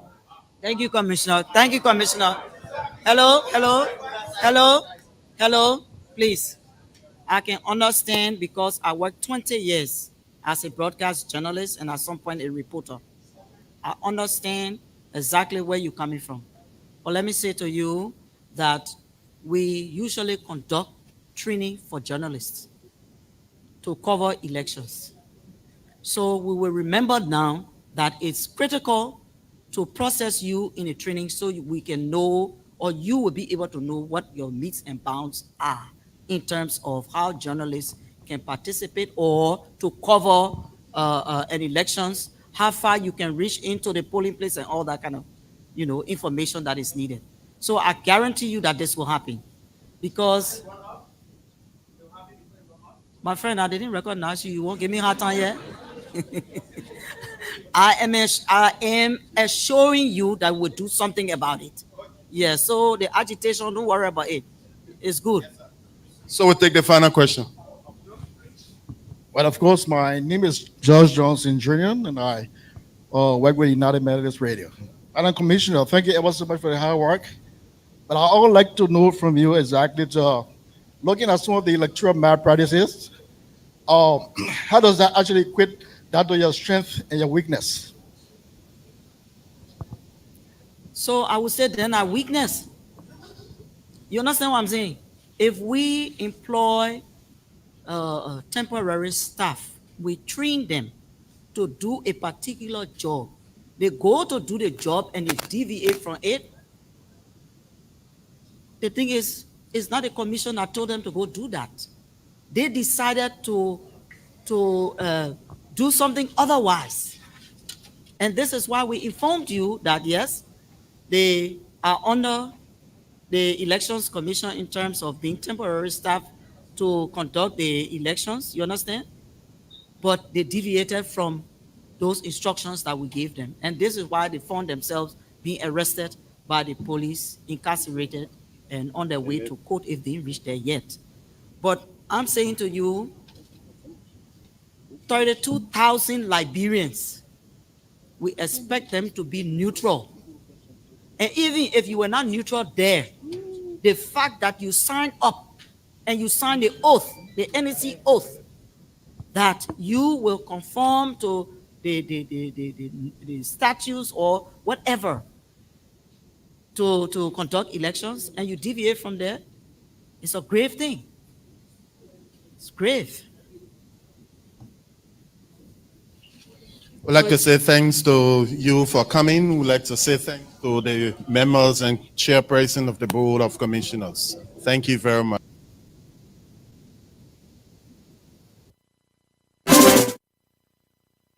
Okay, folks, you just listened to the press conference there from the National Elections Commission. My name is Diamond Slanger. You're welcome back. Elections 2023 updates. The NEC has officially announced a runoff election in the presidential race with General Nelson Kole, who's currently at the headquarters of the National Elections Commission with his team. Nelson, thank you so much. We still have got a very huge task ahead of us. Taking into consideration there is a runoff elections and there will be complaints as well. And what is the atmosphere like in the hall at the headquarters of the NEC? What you see right here now is the tension, Diamond. Are you hearing me, Diamond? Nelson, you are very low. What's happening? Okay, so right now is what you see here now is the former foreign affairs minister, Oloreku King. Nelson, whatever it is, we're not hearing you clearly. So tell us what is happening. Please sort out your audio device. Okay, so Diamond, I think I will have to do this. Am I okay now? What's happening there? Who's the lady in front of the Board of Commissioners? Okay, so that's the former foreign affairs minister, Oloreku King. Whoa, Nelson, I don't know what's happening. What's happening? Hello, Diamond.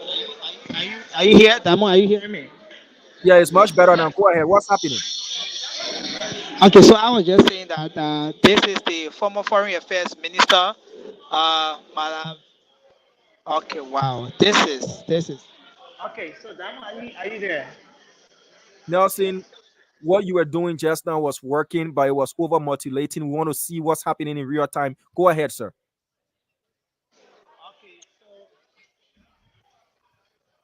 So that's Diamond. Are you there? Are you hearing me? It's okay. Go ahead. I can hear you. Go ahead. Okay, so Diamond, the situation here now is former foreign affairs minister, Oloreku King. Really, of course, she comes from the women's situation room.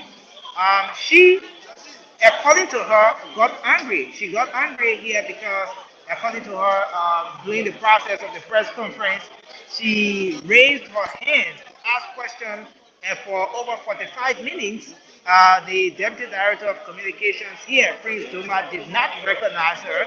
And she was outraged by that action. She felt disrespected.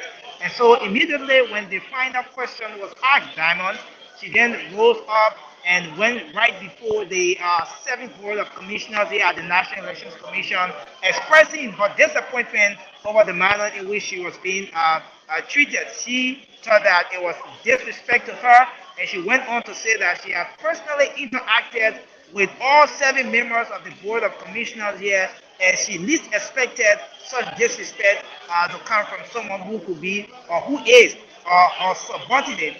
And that disrupted the entire press conference.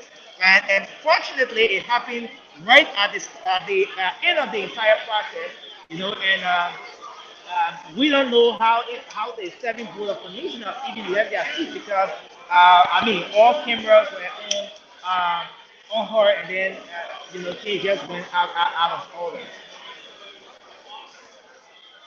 Thank you for that update. The question of the day, we thought I want to ask you. Yeah, you got a message, and you know, you already know. I won't go there. Yeah. So we just leave. But let's go to the question of the day. Your questions were very important. But the standout question is, according to the Constitutional Republic of Liberia, Article 86, states that if no candidate obtains an absolute majority in the first ballot, a second ballot shall be conducted on the second Tuesday following. According to law, the second Tuesday following should be the 7th of November. The NEC chairperson, referencing the 14th, said Supreme Court opinions and rulings. Did she reference any case where the Supreme Court ruled and opined that you can shift the second Tuesday to the third Tuesday, or she just left it bleak and vague as it is? And why didn't she give specific constitutional reference? I heard her say to listen to complaints. Complaints are to be heard in 7 days. It can go on. As the NEC is conducting and reading these results, are they not hearing complaints? How does that? She said digesting period. Is there a digesting period under the law when we look at the Constitution, Nelson? And why is it she wasn't pressed further, sir? That question needs further interpretation, especially the constitutionality of this thing. Okay, so Diamond, you're right on that. That was a concern, and that's why having the question jotted down as well. I was restricted with respect to the number of questions that I was to ask here. So based on that, I was permitted to ask just 2 questions. I had to just squeeze another one in. But that was a very serious concern. Interestingly, our media colleague, Moses Gaziwu, who is a correspondent for the British Broadcasting Corporation, the BBC, here in Liberia, went ahead and asked that very question. The same way we had earlier designed it, before the press conference. And so the response from the next chairperson with respect to that question was that in the law, there is a giving time, there is a window of consideration for everything, and from the legal perspective, and giving what the law has provided, that yes, they have some sort of flexibility in the spirit of the law and all of that. And there was a follow-up to that, as to in the midst of everything she was talking about, the Constitution happens to be the organic law of the country. So that's part, whichever law she maybe had in mind when she made that statement, the Constitution should not be ignored, because all other laws are subordinate to the Constitution of Liberia. That's what makes it the organic law of the country.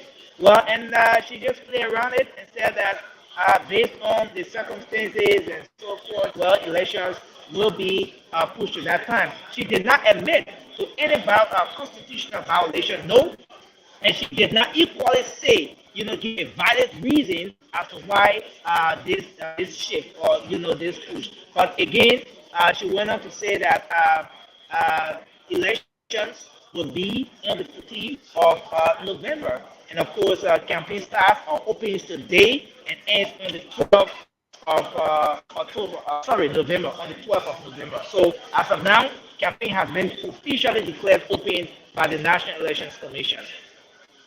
Now, the NEC chairperson read from a prepared text. The NEC has got legal minds, they've got lawyers as well. Yeah. If you are coming to a press conference to divert and shift from what is in the Constitution, shouldn't you come prepared with your legal references of the mindset that, look, the Constitution says X, Y, and Z, but according to Supreme Court opinion, this versus this, and the Supreme Court ruled, hence we are using this. You have to quote laws, you have to quote references. This is not just a joking thing that you can just come and say the law says. Which law? Did you feel the NEC did not satisfy this particular question of constitutionality? I'm looking at Article 83B just right before me. We read this before this entire press conference. Why the 14th? And give us your legal reference or reliance as to why the 14th rather than the 7th. Well, interestingly, Diamond, the next chairperson did not come with any legal reference or what have you, because reading from the text, what is written in the Constitution, a lot of people expected that, that not just will we have the National Elections Commission officially declaring the second round, or let's say campaign open and all of that, but that on the 7th of November, we would have seen another election or the runoff. Liberians will be going to the polls. But again, yes, the next chairperson did not provide any convincing reason here to the media. Even those members of the media here in the audience were amazed. You could hear people having pocket conversations when she responded to that particular question. And so, yes, a lot of people see it as a constitutional violation, but the next chairperson has maintained that it is not a violation. It is within the confines of the law, and they're doing everything constitutionally to ensure that this election goes right. That's what she held on to. Okay, let's look at what she said when quizzed about the gigantic number of invalid votes, standing at 114,000 plus in these elections. She gave reasons as to the invest and Boston. We saw a video like a guy saying the same, she talked about CVE not being adequate. And then she mentioned when people make budget, getting money to the people to go and do the work. Was it a mild swap or a jab that she did not get the funds needed to carry out these processes, even though she had been of the posture that the NEC was adequately funded for these elections? Well, that's an impression that a lot of people gathered from the response we got from the next chairperson when that question was posted to her, because she was keen on the budget. And you could sense, Diamond, that she was not trying to be exact. She was not coming in. She was not trying to be straightforward to say exactly that the government has other failed to give or to provide the amount requested for the conduct of elections. But again, she went on to say it indirectly. So that's exactly the message it sends, that perhaps the National Elections Commission and the government are responsible for, making the budgetary allotments and disbursing these funds. And the National Elections Commission went back and forth with respect to this issue that has to do with budget. And now, because of what happened, the next chairperson is attributing some of those flaws to the fact that there was inadequate budget available for this entire process.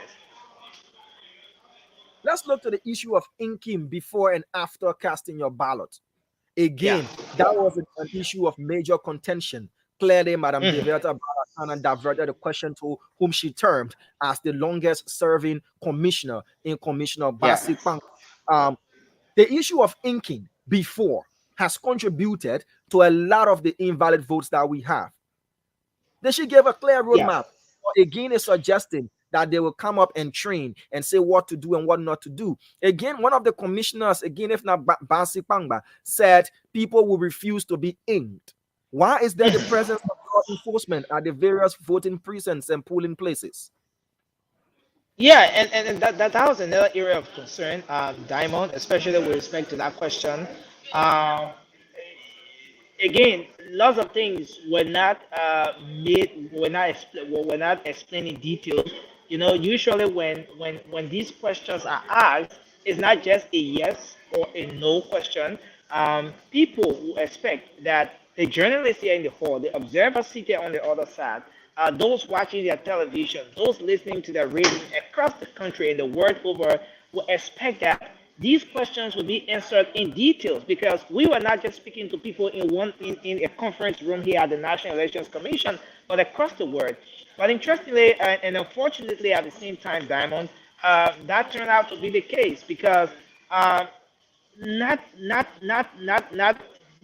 answer to that question was really not clear. They tried to provide justification or reasons why there was this inking process before the casting of votes. And then follow-up questions back and forth in the hall was that, but being cognizant of the fact that when you ink somebody, the ink remains on that person's hand for a while, and that there's possibility of the ink touching the ballot paper, which then will render that ballot paper as invalid vote. Well, they said that they're going to find a way to work around it, but again, that's the process they have in place. And they actually tried to find reasons to play around that particular question. Again, so many media people were disappointed as well with respect to how that particular question was being answered, because it's very sensitive. It has a lot to do with educational, stuff relative to the voting process. Such a question, you need a definite answer, a straightforward answer.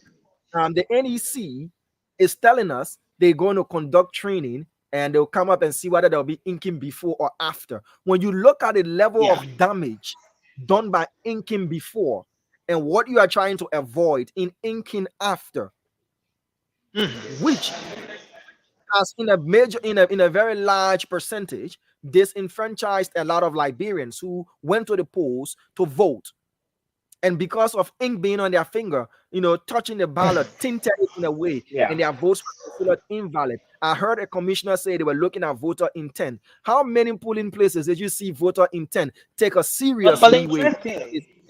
Interestingly, 514,000 invalid votes. Interestingly, immediately when the next chairperson spoke of voters' intent, there were some observers who were positioned at the media angle where here in the conference hall, who attested that they observed a person who also made a comment to that they observed the process and they noticed that those ballot papers that had the ink on them, they were rendered invalid votes. That this issue of voters' intent was not taken much into consideration, and we're talking about individuals just in the conference hall here. At least to talk about the people out there, hundreds, if not thousands of people out there who experience similar things. And the sad part of the process is that everything is done behind closed doors, with the presence of just the temporary net workers and that of the observers. You barely see media around when these processes are going on, except for during the day hours when the media will go around, and so that's the sad part about it.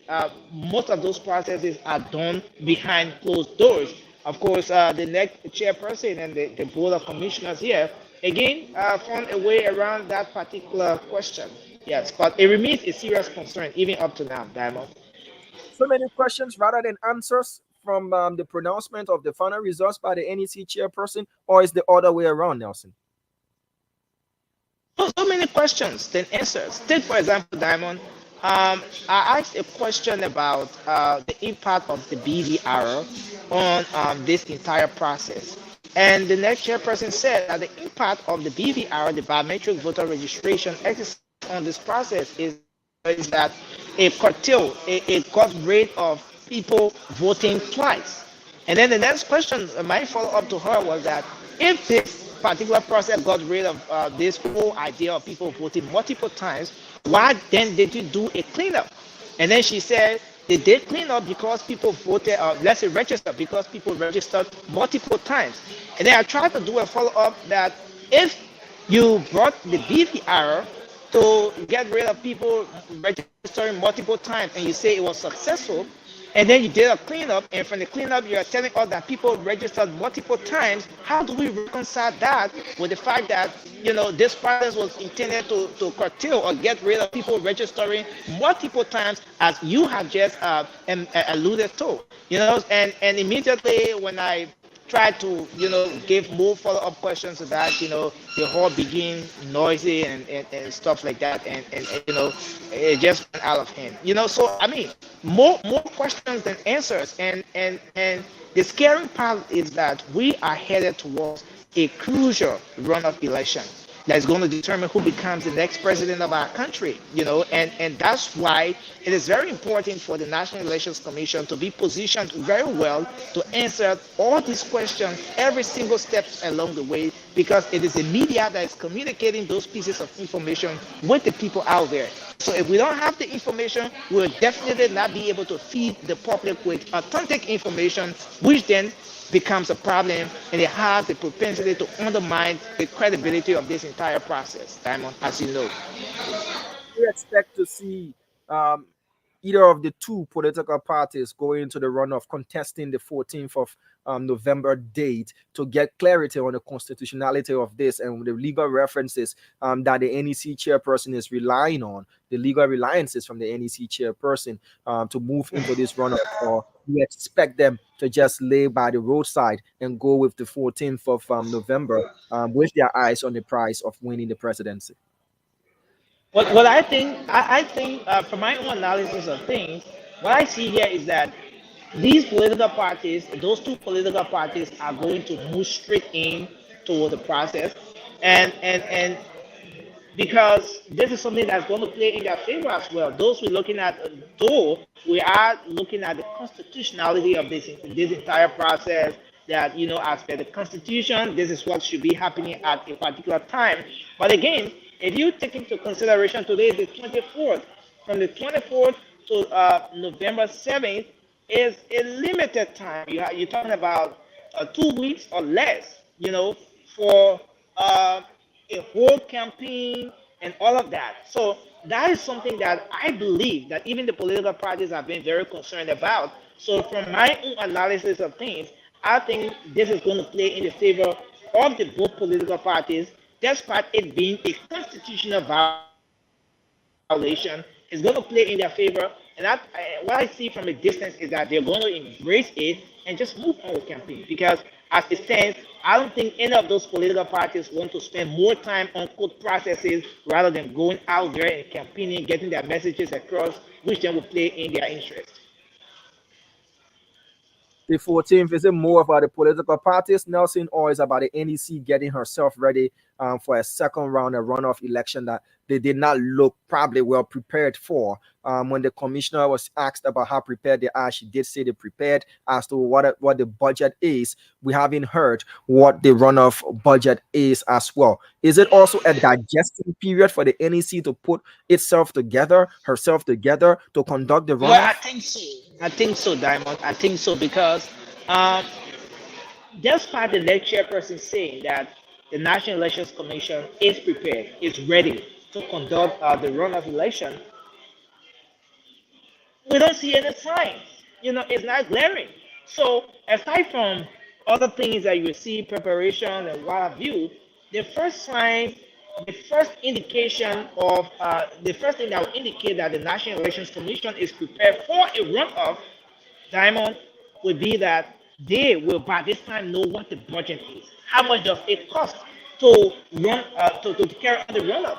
But as you've observed, Diamond, since last week, over 5 days ago, the next chairperson was asked as to what the budget is, how much would it cost to let's say do the run-up? What's the actual budget?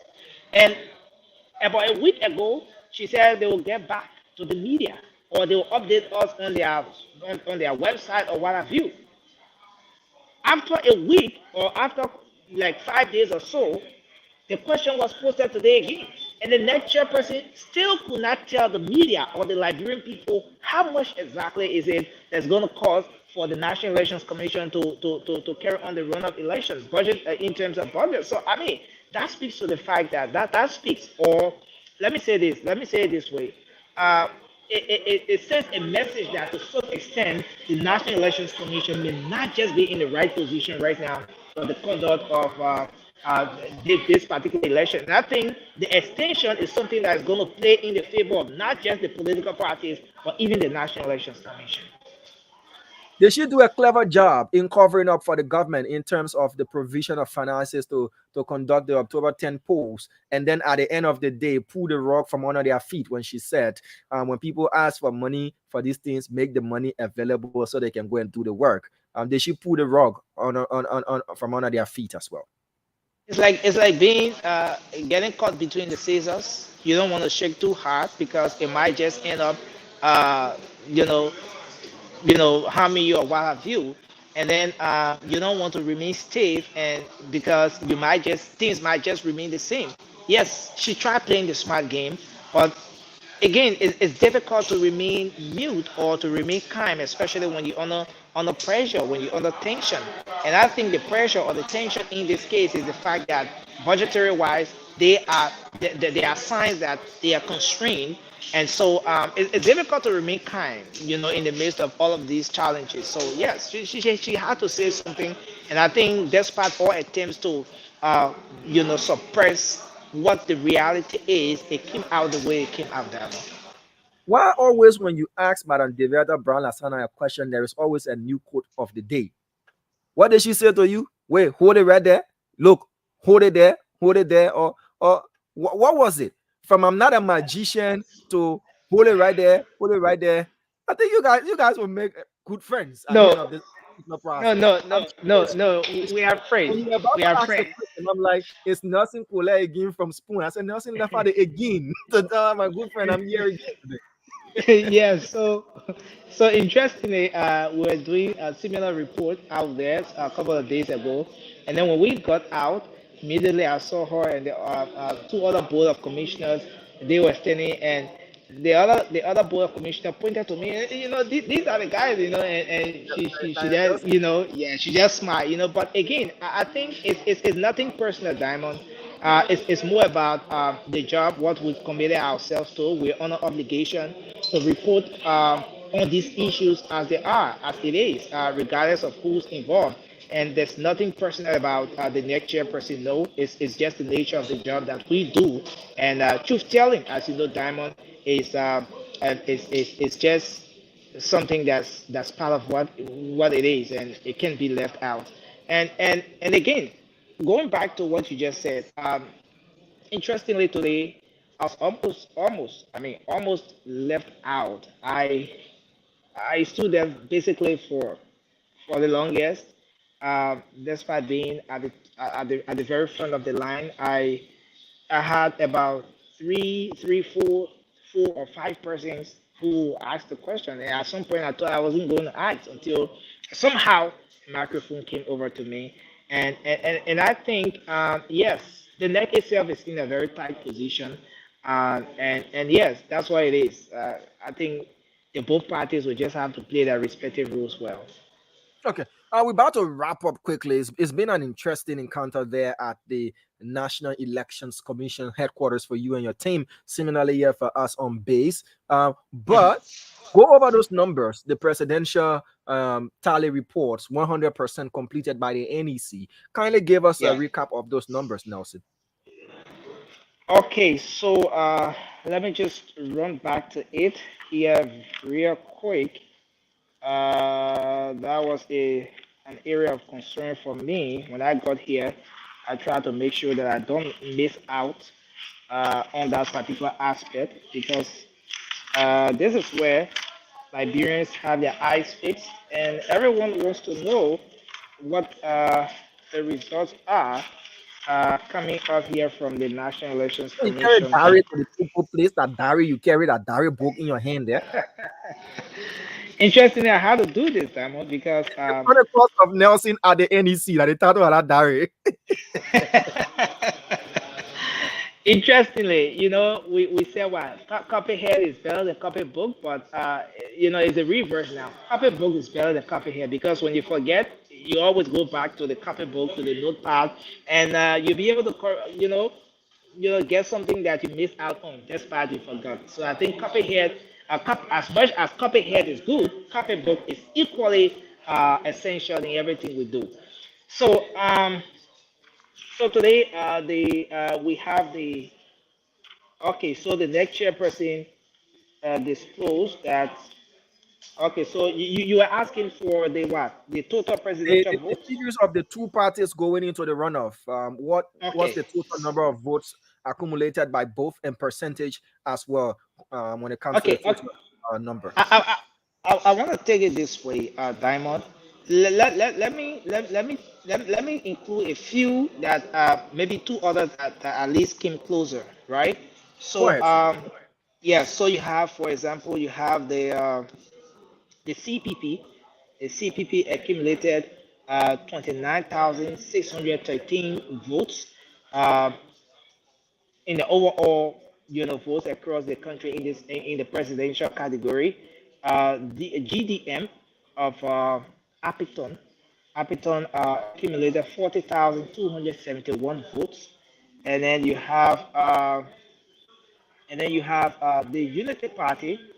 The Unity Party accumulated 796,961 votes, making it 43.44%, while the CDC got 804,087 votes, which constitute 43.83% of the total votes. So percentage-wise, the Unity Party stands at 43.44%, while the CDC stands at 43.83%. So you can do the math and get what the difference is.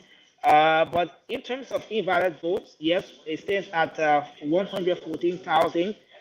It's quite a huge number, and a lot of people are concerned about as well.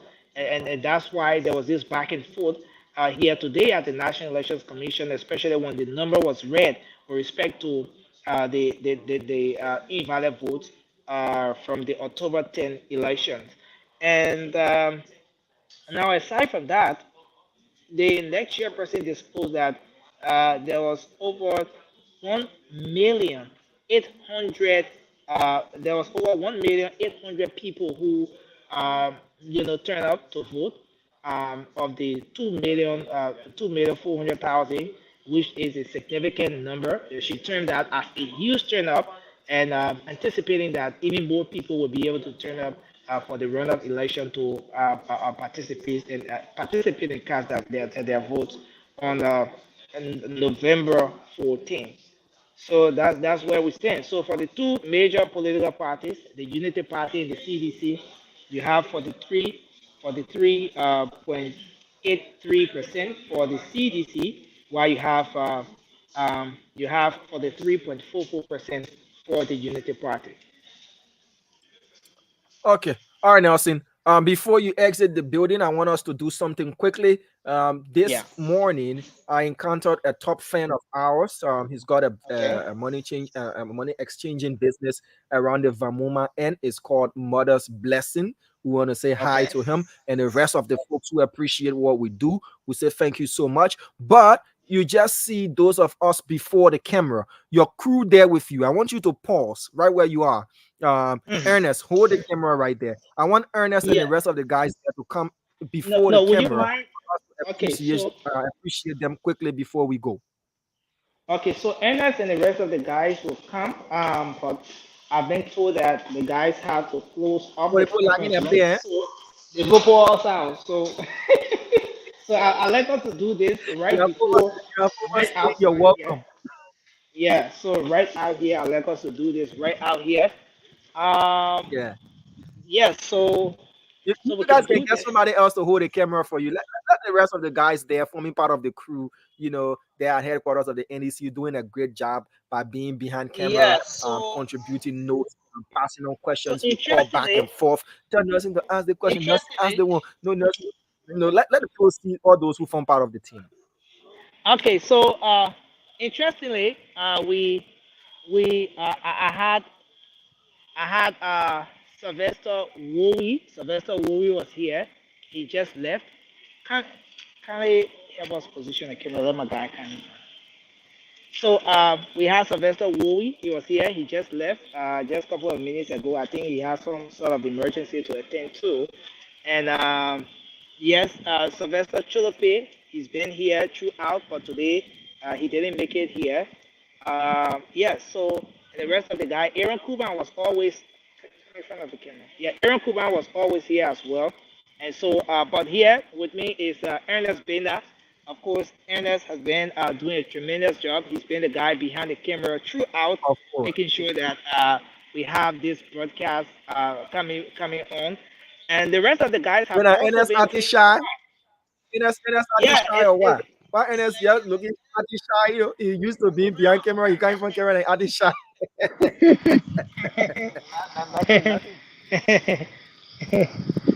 But Ernest, thank you. So in studio here, we appreciate you a whole lot. You do a lot in making sure our people get the visuals, the audio. You do a good job. Yeah. Aaron Kuban, Tokon Flammer, Sylvester Worry, Sylvester Cholo Play, been forming part of the team. Yeah. So in studio here, I've got Haji Masali. Haji want to come and at the end of the show, where everybody let can Haji be doing show the his cast and the crew can. Yeah. So, yeah, Haji. We also have Prince Hammond, DJ Magic. The people want to see you. They've been hearing these names. They want to see the faces. We have to give you guys the appreciation that you deserve because it's a team effort. We just in front of the camera. So, we can hear you, and that's we can see you. It's not just that. This is Haji. So Haji is gonna. So Haji wave. Haji is our editor in chief. He does a great job. Prince Hammond and DJ Magic. Prince is our technical guy. You have to wave my man do the. This is Prince Hammond. Thank you as well. Doing all of the technical coordination. Yeah, we have Lorena Honorary. Someone is asking if we don't have a female reporter. We have Lorena Honorary. We have Dorinda Dankwa. The rest of the guys, they form part of the team. We have to give them their due appreciation as well. And that's being a shy boy on the camera. You need to put Ernest on the camera move. Yeah. It's like, Ernest, maybe it's not used to the camera as usual. Maybe that's the case.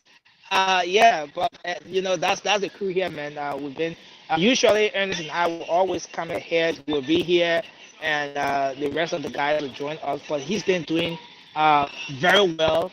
Most of the time the technical issues when it goes off, it comes back on, and stuff like that. And he's been here, and together we've been doing it with the rest of the guys. And I think every single contribution to the team counts. It matters a whole lot, and everyone here played their respective roles in getting this coverage a successful one thus far, because we still have a long way to go, especially with the crucial runoff right next door. That's something that's going to be a whole task all by itself. Okay. All right. So we also want to say thank you to our content correspondents as well. They do a great job, You want to bring it on camera as well? No, they're not yet. But they're listening all around the country. We have to give our content correspondents the credit as well, from Bapolu to Maryland to Bon County to Grand Jida to Nimba and all of the counties. We appreciate each and every one of you. As Nelson rightly said, this is phase 1 of the job. We've got phase 2 to go. Teamwork beats it all. We love to say thank you to everybody. Nelson, letting you go early. Thank you again. November 14th is the runoff date. Yeah, November 14th, of course, is the D-Day, when Liberians will be deciding who becomes the next president of the country, whether it will be Diamond Slangla, or it will be Chokon Flama, or it will be President George Weah. One Minister of Presidential Affairs, man. See, one Minister for Presidential Affairs, Nelson Kole. Oh, you start. Oh, you started appointing already. So okay. I have to know who you want. You have to be prepared. You have to be prepared before you get a government. That's the reason of being an opposition. The government waiting. So Prince Hammond is going to be heading the Ministry of Public Works for his skills. I will see you, man. Yeah, thanks a lot, man. It's been a great time. Thanks a whole lot. All right, Nelson. All right, folks, that's how we wrap it up. The results have been announced by the NEC. Nelson Kohler and his team there. They've done tremendously well. To everybody who take up their time to listen and watch us around the world, this is what we stand for. We are definitely dishing out Liberia's best. Again, we appreciate our entire team from the county correspondents there in the various counties giving us information, to contributors who do not want to be named, to our guys in studio from the news department to the TV studio and TV department, and the rest of these guys. It's a team effort. It's not just a one person, two person thing.